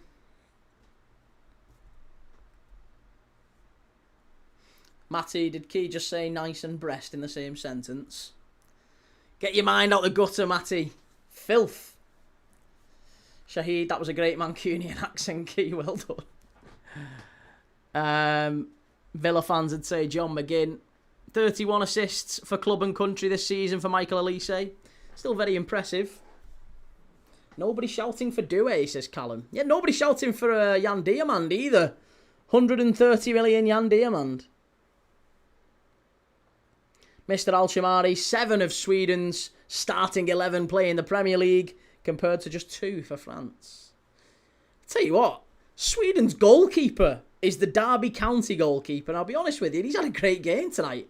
Couple of very, very, very good saves. That one was maybe a bit more routine, but he's made a couple of big saves. I think he's a good shout for man of the match.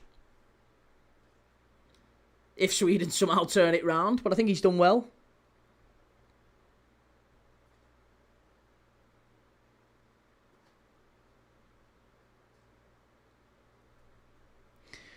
Dylan, have you fell on the keyboard?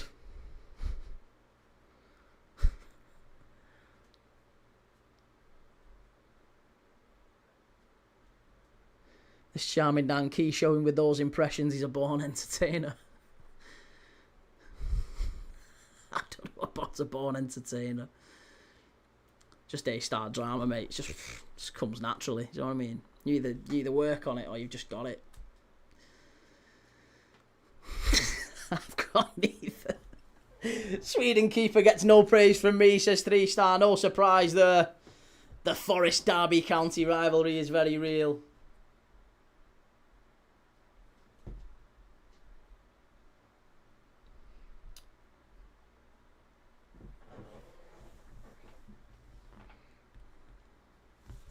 Good bit of football again. France played out to the left-hand side for Luca Dean. There's nobody in the box. They're just controlling the game now. You might start to see France maybe take some players off, start to think about the round of 16.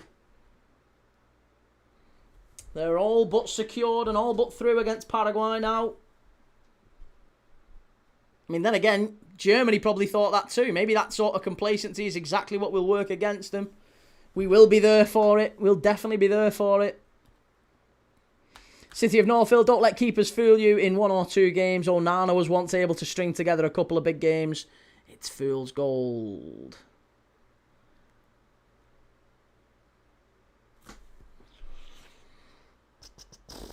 Do you reckon Mexico beat Ecuador? I do actually, yes. I do. Caicedo's just got the captaincy off Enna Valencia as well. I don't know if you saw that breaking news yesterday they've finally given Caicedo the captaincy. Gary, if Ecuador beat Mexico, does England miss playing in Mexico City? No, I still think it's in Mexico, isn't it? I'm sure the game's still played there. The destinations, the venues for those games are all fixed, set, whoever is playing. I'm pretty confident anyway. Saw the overlap say something like Mexico have only lost 2 games in 8 years at the Azteca. I think they'll smash England, I really do. I think Mexico would beat England at the Azteca. Clarky, what's your starting lineup for England v Democratic Republic of Congo tomorrow? Dr. Congo. Again, I don't think I'd change much. I probably wouldn't start Rodgers. I probably would bring Anthony Gordon back in. I know he didn't have a great couple of games, but I'd give Anthony Gordon another go because I just don't think Morgan Rodgers is a smart move in there with Bellingham. Obviously, Tuchel experimented with it against Panama and tried to play both of them. I don't think that works. I personally would go with... Oh, that's a great pass. Then again, Elise. Oh, unlucky. Deflection. It's gone behind for a corner. Frustrated there, Elise. I think I would go with Gordon. Would I go Gordon or would I go Rashford? No, I wouldn't. I'm going to stick with Rashford. No, I'm going to put Gordon in. I'm going to go with Gordon. I'm going to go Gordon, I'm going to go Bellingham, and I'm going to go Saka with Kane at centre-forward. Bergwald's coming off. And then it's sitting, I would go Elliot, Anderson and Rice if they're available. If not, then... Don't really know. In a game like that one against Congo, you want someone who can move the ball quickly. Mainu might actually be a decent pick. Mainu might not be a bad pick. And Anderson looked a little bit tired the other day, so maybe it might be Rice and Mainu. Jed Spencer's got to start. I think Nico O'Reilly's got to start. Dembele straight at the keeper. And yeah, centre backs. I think they kind of picked themselves. It's England's defence that's the worry.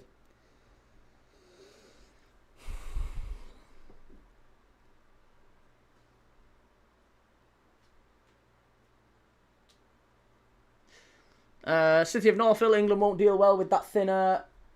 Us sea people are not meant for such things.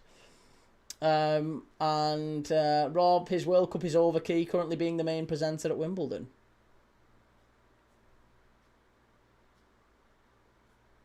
Whose World Cup? Who did I say? His World Cup is over. Who are we talking about? Dan Burns, decent for a set piece. I've just realised the gag. Anthony Gordon, Claire Balding, love it, like it, well done. You got me there. Bar Steward. Absolutely done me there. I'd have big Dan Burn at right back. I mean, that's probably the only way that England... I think the only way England get a good result in this one is to start leaning into the set pieces, because honestly, it's the only way we're scoring. It's the only way we scored the other day against Panama. You know, it was the only way we looked like scoring, I thought, in the Croatia game. Livakovic pulled off a number of good saves, and we don't create chances from open play. We didn't create any open chances, really, any chances from open play. It's been a really dire performance from England at the World Cup so far.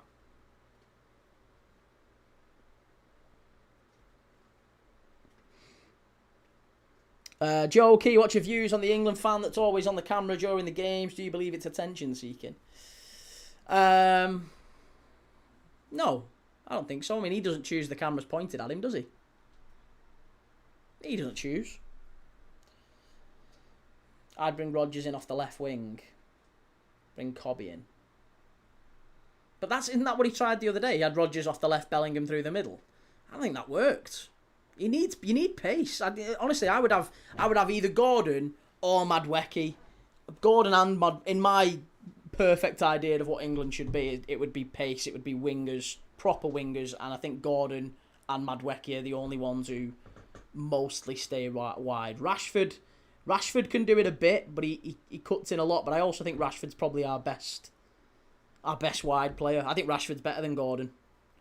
So I would start Rashford over Gordon, but I want the width that Gordon brings.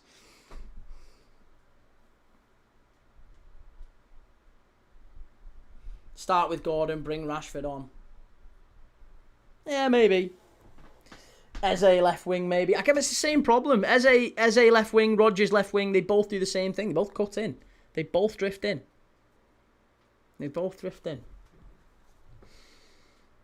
Callum, are you doing the Ecuador game? Yeah, don't know. I don't know. I'm going to see. This one's going to finish in 20 minutes. France look like they've waltzed this one. So we'll see how this one finishes up. I'm probably going to go and have an hour. And I'll see how I feel at about 1. I'm all right now. I'm pretty chirpy. I'm pretty alive and awake and alert and feeling good. Don't feel tired in the slightest. And we're on 11:30, nearly. It'll be midnight by the time this goes off. I'll go and have an hour. And I'll see. You might see me live for it. I'm really going to try to. I knew last night there was no chance I was doing the Netherlands game. I was bad last night. I hadn't got the sleep right. I'd had about 3 hours kip. It was a bad day. Tonight I've had a good bit of kip. I'm ready. I think I can do the Ecuador game possibly, but I might need a little nap in between before we start it. So we'll see. We'll see. Yeah.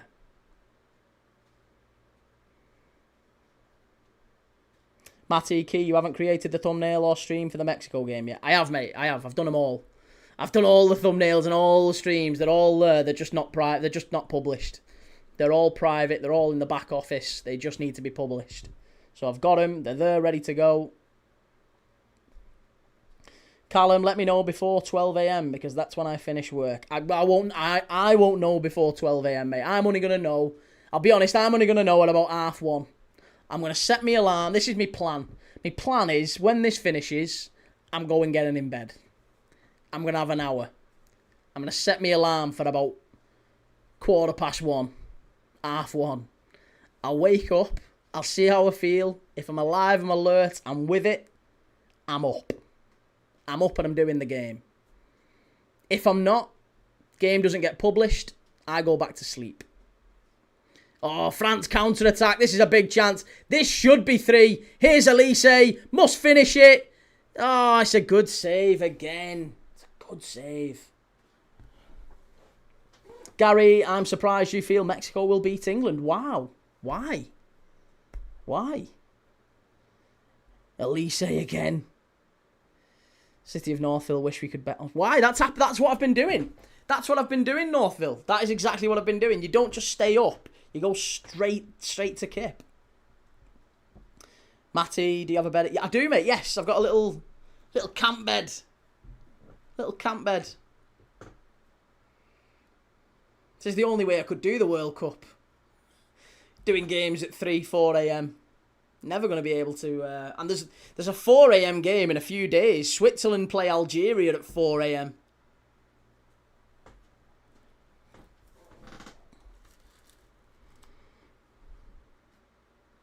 So yeah, see, you'll have to wait and see. I honestly don't know the answer yet. I would say there's probably a 70% chance that I will do it up to now because I'm feeling okay.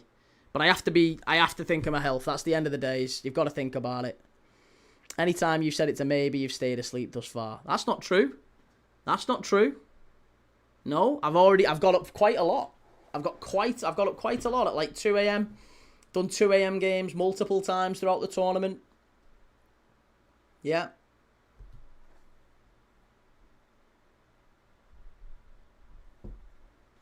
Key's going to stay up for the game and then we're going to have a delay half an hour in. That's the problem. Yeah, that's the nasty one where it's like I've got enough in me. I've got enough in me for like a 2-3 hour stream.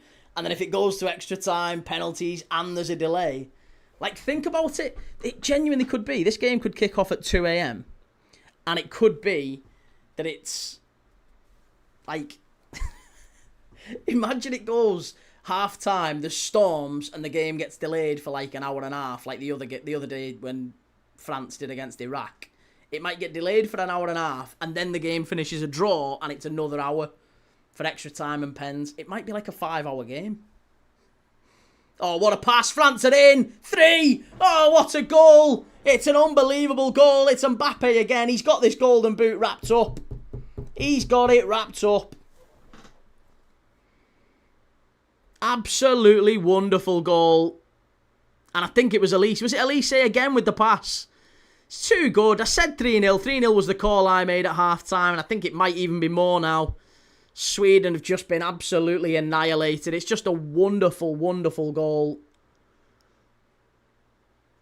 Heads down. Isak and Gyökeres, heads have dropped.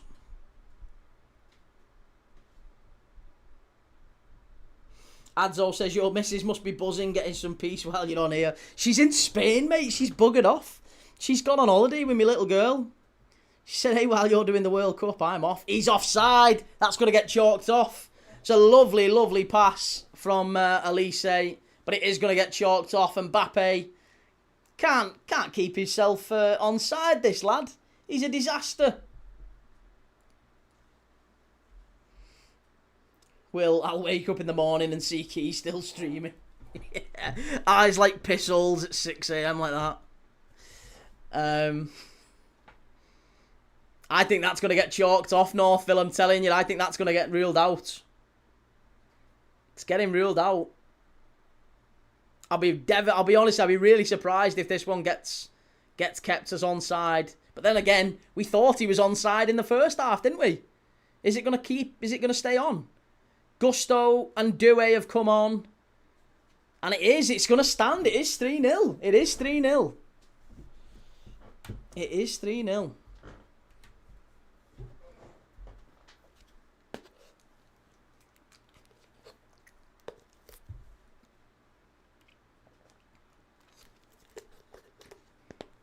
It stands. Damn, you could have caught a Spain watch-along live. That was the plan. That was the plan. I was going to go with him. I was going to go with him and just take the camera and the laptop and do watch-alongs from over there with a green screen. Just take a picture of this and put it behind me. You'd have never known the difference. Key, why is the lights not changed for 2 weeks? Key, why have you all of a sudden got a tan? Key, why are you covered in jamon flavoured crisps? And there's Aquarius bottles all over the table. You're starting to speak like... you're starting to put an FFFFF on the end of all your words. It is Elise out wide. Here's Doué. Must be. Oh, and just about Sweden get it away. Taff, I'm starting to think that Mbappe might be better than Messi. I mean, he might be right now at this particular moment in time. Yes, possibly. At Messi at 39 years of age, yeah. And Mbappe at nearly 28, yeah. I think you could be right. He might well be better than Messi right now. As long as the green screen didn't fall over, you might have got away with it. It's not an actual green screen, Will. It's not. You don't have to take an actual screen. If you can tell the flavour of crisps from the crumbs, who's really the slob? I think everyone knows the old jam-on flavour. The old jam-on flavour crisps. Jam-on ruffles.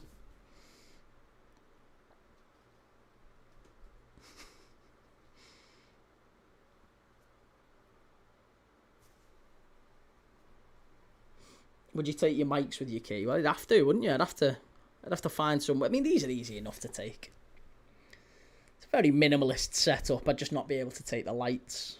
And we'd have to get a different... We'd have to have got a different type of apartment or something. Somewhere where we can...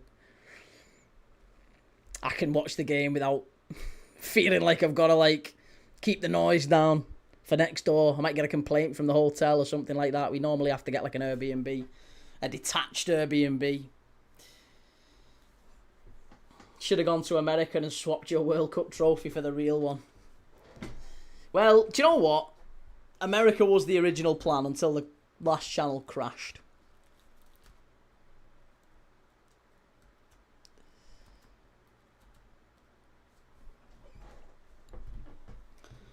France still win their games without Mbappe, says Mr. Turnables.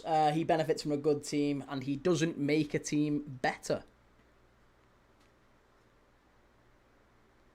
I think he's got to... I mean, like most players, maybe it's just... You've got to look at how players fit into a system. Gyökeres has got a big chance here. Oh, where's your pace gone? Where's your pace gone, Gyökeres? Looked like he was running in custard there. You can do it without being quiet and done a dual football nuisance. I can't. I can definitely not do it like that. Call me delusional considering he's scored, but I think France would be better without Mbappe. Who would you play? Would you play Dembélé centrally and put Doué out to the right? Is that what you're saying, Kieran? Here's Barcola. Luca Dean. Oh, no, it's Hernandez now, isn't it? Hernandez has come on for him. Rupert, is it all those interrupted streams that screwed your channel over? Yeah. Yeah, that's what it is, mate. That's why we created this new channel. Yeah. It's frustrating, but again, that's just life. But yeah, it probably would have paid for America. That channel would have paid for America. Brand new channel don't pay for anything. Skint. But it's all good. It's all good. We're not here for that just yet. We're here for enjoying football games. France might as well be handed the World Cup tonight. I don't think it's going to be that simple for them. I still think Spain will do these. Nuisance streamers are all the rage. I've never heard of them.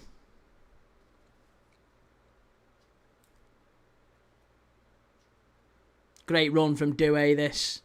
Wonderful run. And a great strike. Good save from Zetterstrom there. I am Crew. Think people forget France also could have had Ekatike in this squad too. The attackers are insane. That's very true. Yeah. 5 million fans. Record reach during this tournament. Yeah, I was going to say, if Hugo Ekatike hadn't got the devastating injury that he had, you would have imagined, I think, he would have started a few games for France, I think. Because he had a good season for Liverpool. YT is brutal. Yeah, very sad, mate. But it is what it is. I mean, it basically just capped every single live. Every single live went from... And you could see it yourself. It went from an average of about 70... Well, not 70,000. That would be a lot. But a minimum of, I would say, 20 to 25,000 views a game. Absolute bare minimum. Some games did 200,000. Some games did 300,000. Great run. Must be. Oh, just wide. He's selfish there. Barcola's got to pull that back. That's what's going to do, Barcola. Pass selection in that moment. It's a great bit of football. Sits two Sweden defenders on their arse. Gets to the byline. Lagerbielke, no chance. Svensson, no chance. All he's got to do is roll it inside, and his teammate has a tap in. Instead, he goes for the shot. Terrible, that. Spain, Portugal, and England midfield clears that France midfield. The France defence is the big issue. Svanberg and Nygren come on for their last taste of World Cup action. Kieran, I feel like Barcola flaps it in the final third. Couldn't really disagree with that either.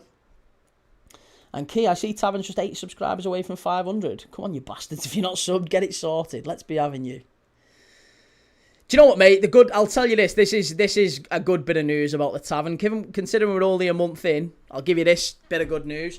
Throughout the World Cup, and the World Cup was never ever going to be the golden goose. Once we started the new channel, it was always going to be slow because YouTube takes a bit of time to push channels and kind of give them authority, and they kind of need to learn who your audience is again, and who do you like, and who likes you, and do they stick around, and whatever, right? All that takes about a month or two minimum.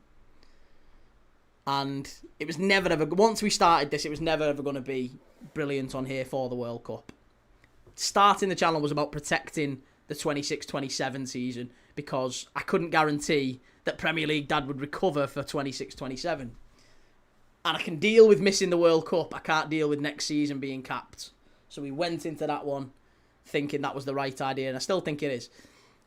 we've now got more subscribers in the last 2 streams than we've got pretty much across the last 10 before that. So things are already stepping up. It's all good. Will, if all 3 promoted teams stay up this season, who goes down? Fulham, Everton, and...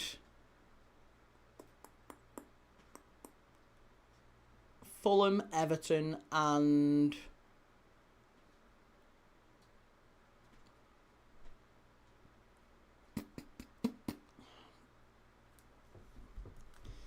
Oh, it's a tough one, this. I want to say someone like Bournemouth. Fulham, Everton, and Bournemouth. Could be Fulham, Everton. I think Fulham, Everton, Leeds. Yeah, not Bournemouth. I was thinking, with Bournemouth, I think Europe. Europe always has a devastating effect on one team. And I was looking at it thinking, which team could that be? I think Brighton thrive. I actually think Brighton win the Conference League. I think Bournemouth and Sunderland will do well in the Europa, but I think it might be a detriment to the domestic form. So I think Sunderland and Bournemouth might finish bottom half. Cherky and Mateta coming on.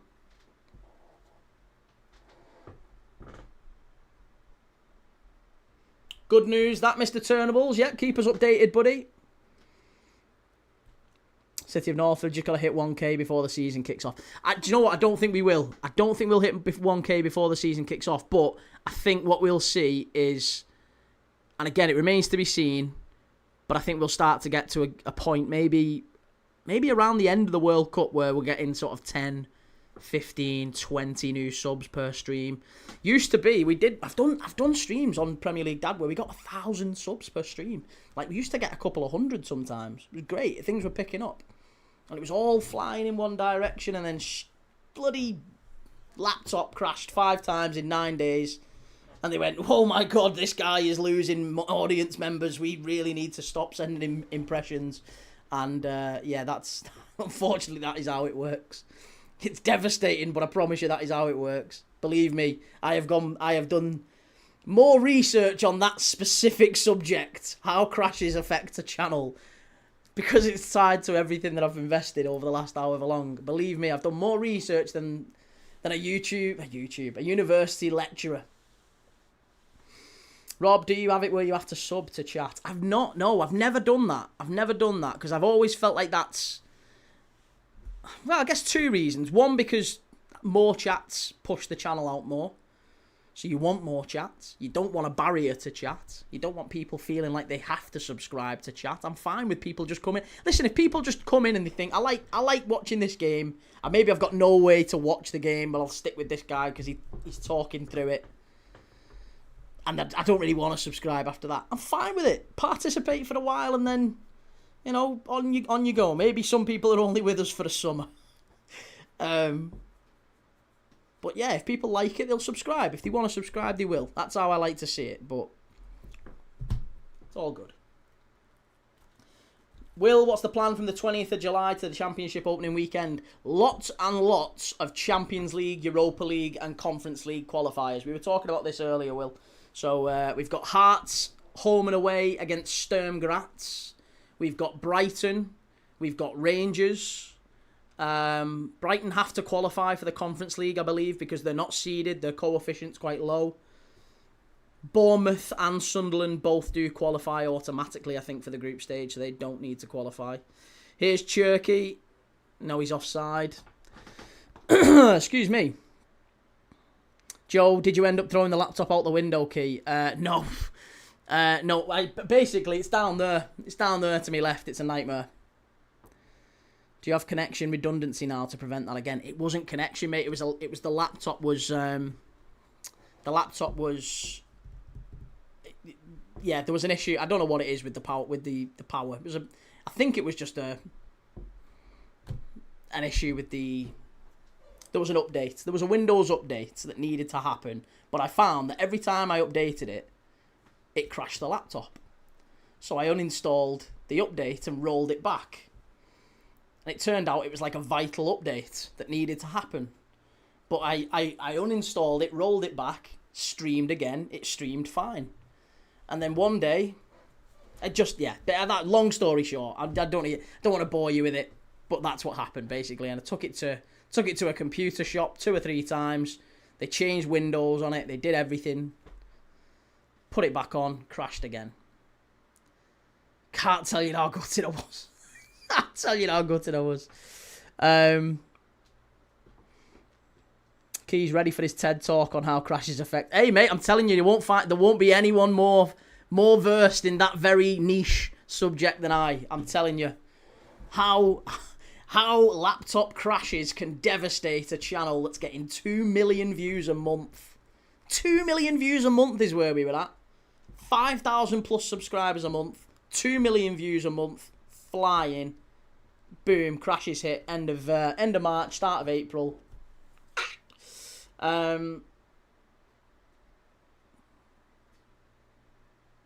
Clips, are you planning to watch the 2 a.m. game? Yes. Up to now, possibly. We'll see. Matty Key, when did you start Premier League Dad? December 2024. January. Well, I launched the channel December 2024, but I didn't really do any lives until about February 2025. So I only really did it for about 12, 14 months, and then that's when it started tailing off. So caught the back end of the 24-25 season when Liverpool won it. Did the full Arsenal season where they won it. And hopefully this season where I don't know, I've got a feeling it's not going to be Liverpool or Arsenal who win it this year. And not City. I don't know why I've got a funny feeling about Chelsea this year. Horrible feeling that Chelsea are going to win it. Clips probably not then. When Key says possibly, it means no. No, it's just hinging, mate, on me going to bed and waking up and feeling okay to do it. Health's got to come first at the end of the day. Craig, I thought it was a 1:15 a.m. kickoff. It's not. It's a 2 a.m. kickoff. 2 a.m. kickoff. I'm feeling good at the minute. Feeling alert. I'll be fine, I think, to do it. But I'm definitely going to go and have an hour. Try and take the edge off. Wake up. Feeling fresh.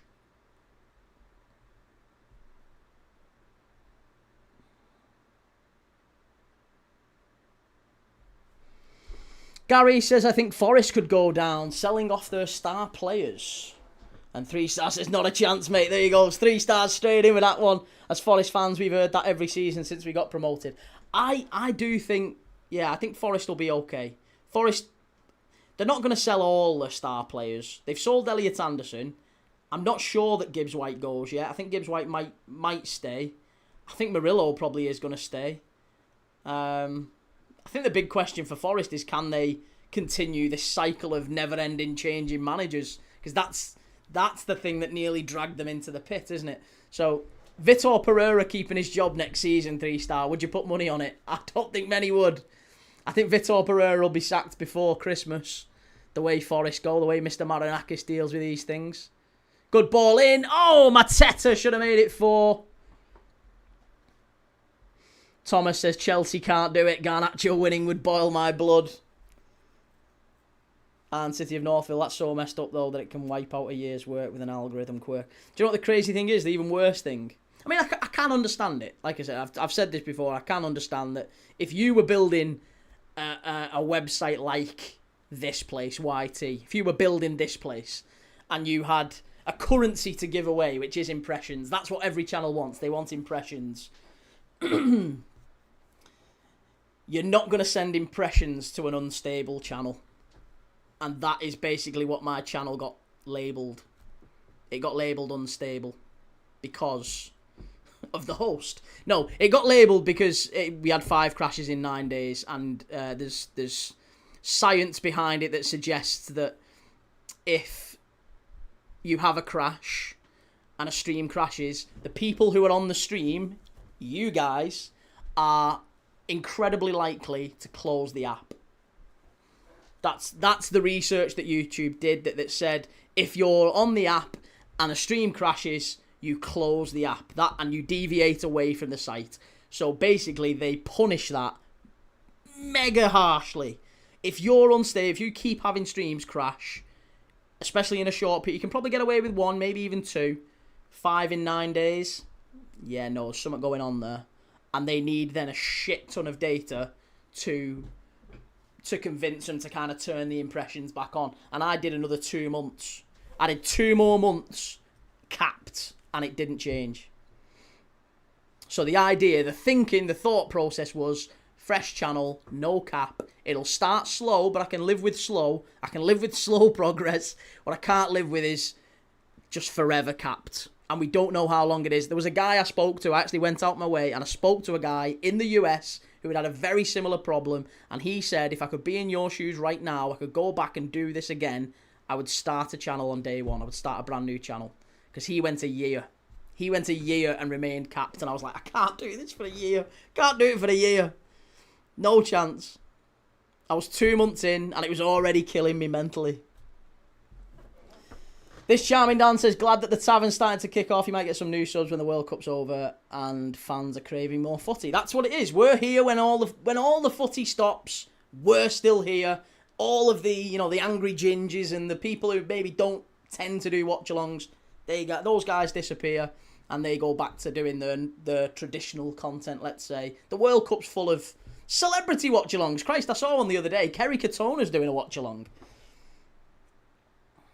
Seb, how's it going? Hey guys, I've been enjoying the World Cup over in the US, especially Texas. I told you the heat was going to be no joke. What a guy. Christian, don't you just love an algorithm? Don't you just, mate? You're really struggling with it at the minute. Just as that, we've both had it up the wall, haven't we, recently? It's a bad old time. Nothing beats club football, says Clips. Well, we'll be back. We'll be doing the club football. We will be doing the club football as soon as the World Cup is over.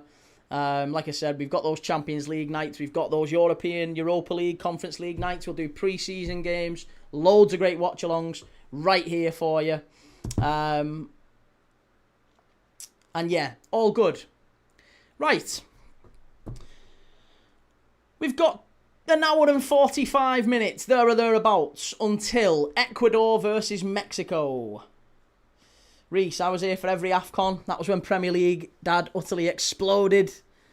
I'm just glad you're still here and haven't had to go back to the 9-to-5 rat race again. Love your persistence and passion and life outlook. Oh, what a guy, mate. What a guy. Really appreciate that, Reese. Hope you're doing well, mate. Love to see you in the chat, as always. Thomas, hope to see you at 1:50 later, Key. I'll be up either way. And City of Northville, I don't know. I'm liking some things about the World Cup more than club football. Speed especially. Good to hear that 1 3-star. We're rooting for you, mate. Right, I will be back. I will be back in 2 hours, hopefully. An hour 45, there or thereabouts. I am going to get up for the Ecuador-Mexico game.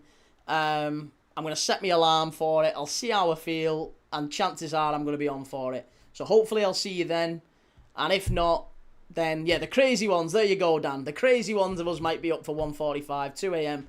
Ecuador-Mexico. If not, then I will be back for tomorrow's England game, 5 p.m, England-Congo. If I don't see you tomorrow at 5 a.m, then I might see you through the night for Mexico-Ecuador.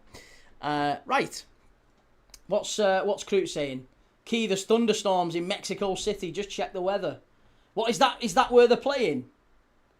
Are they playing in Mexico City? Don't tell me that.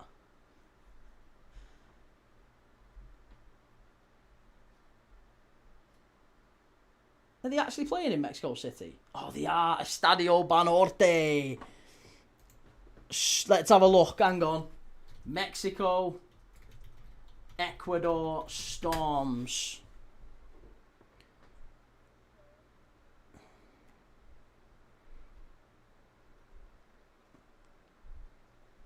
Will the Mexico v Ecuador match be suspended due to rain in Mexico City? Here is what FIFA says. The intense rain has fallen in Mexico City has raised questions about whether or not... It's only intense rain. It's not storms as yet. It's just rainfall. It's just very, very heavy rainfall. The answer so far is no. We'll see. We'll see anyway. It might well be that the Mexico-Ecuador game has significant delays in it. Like I said, hopefully I'll see you all at 1:45. If not, then worst case, I'll see most of you maybe for England-Congo tomorrow at 5 p.m. Lots of love, everyone. Thank you so much for the likes, the follows, the shares. If you do want to help me out, click like on this video. It helps me out immensely. Click like And give us a follow on TikTok if you're new around here. I'm live every day. We do watch-alongs every single day. We did 500 across 2025. We're live throughout the season doing different leagues, doing the rest of the World Cup watch-alongs, all the knockout games. And yeah, it's all good fun. Love to see people in the chat talking footy. Catch you all maybe in a couple of hours. Good night. Ta-da.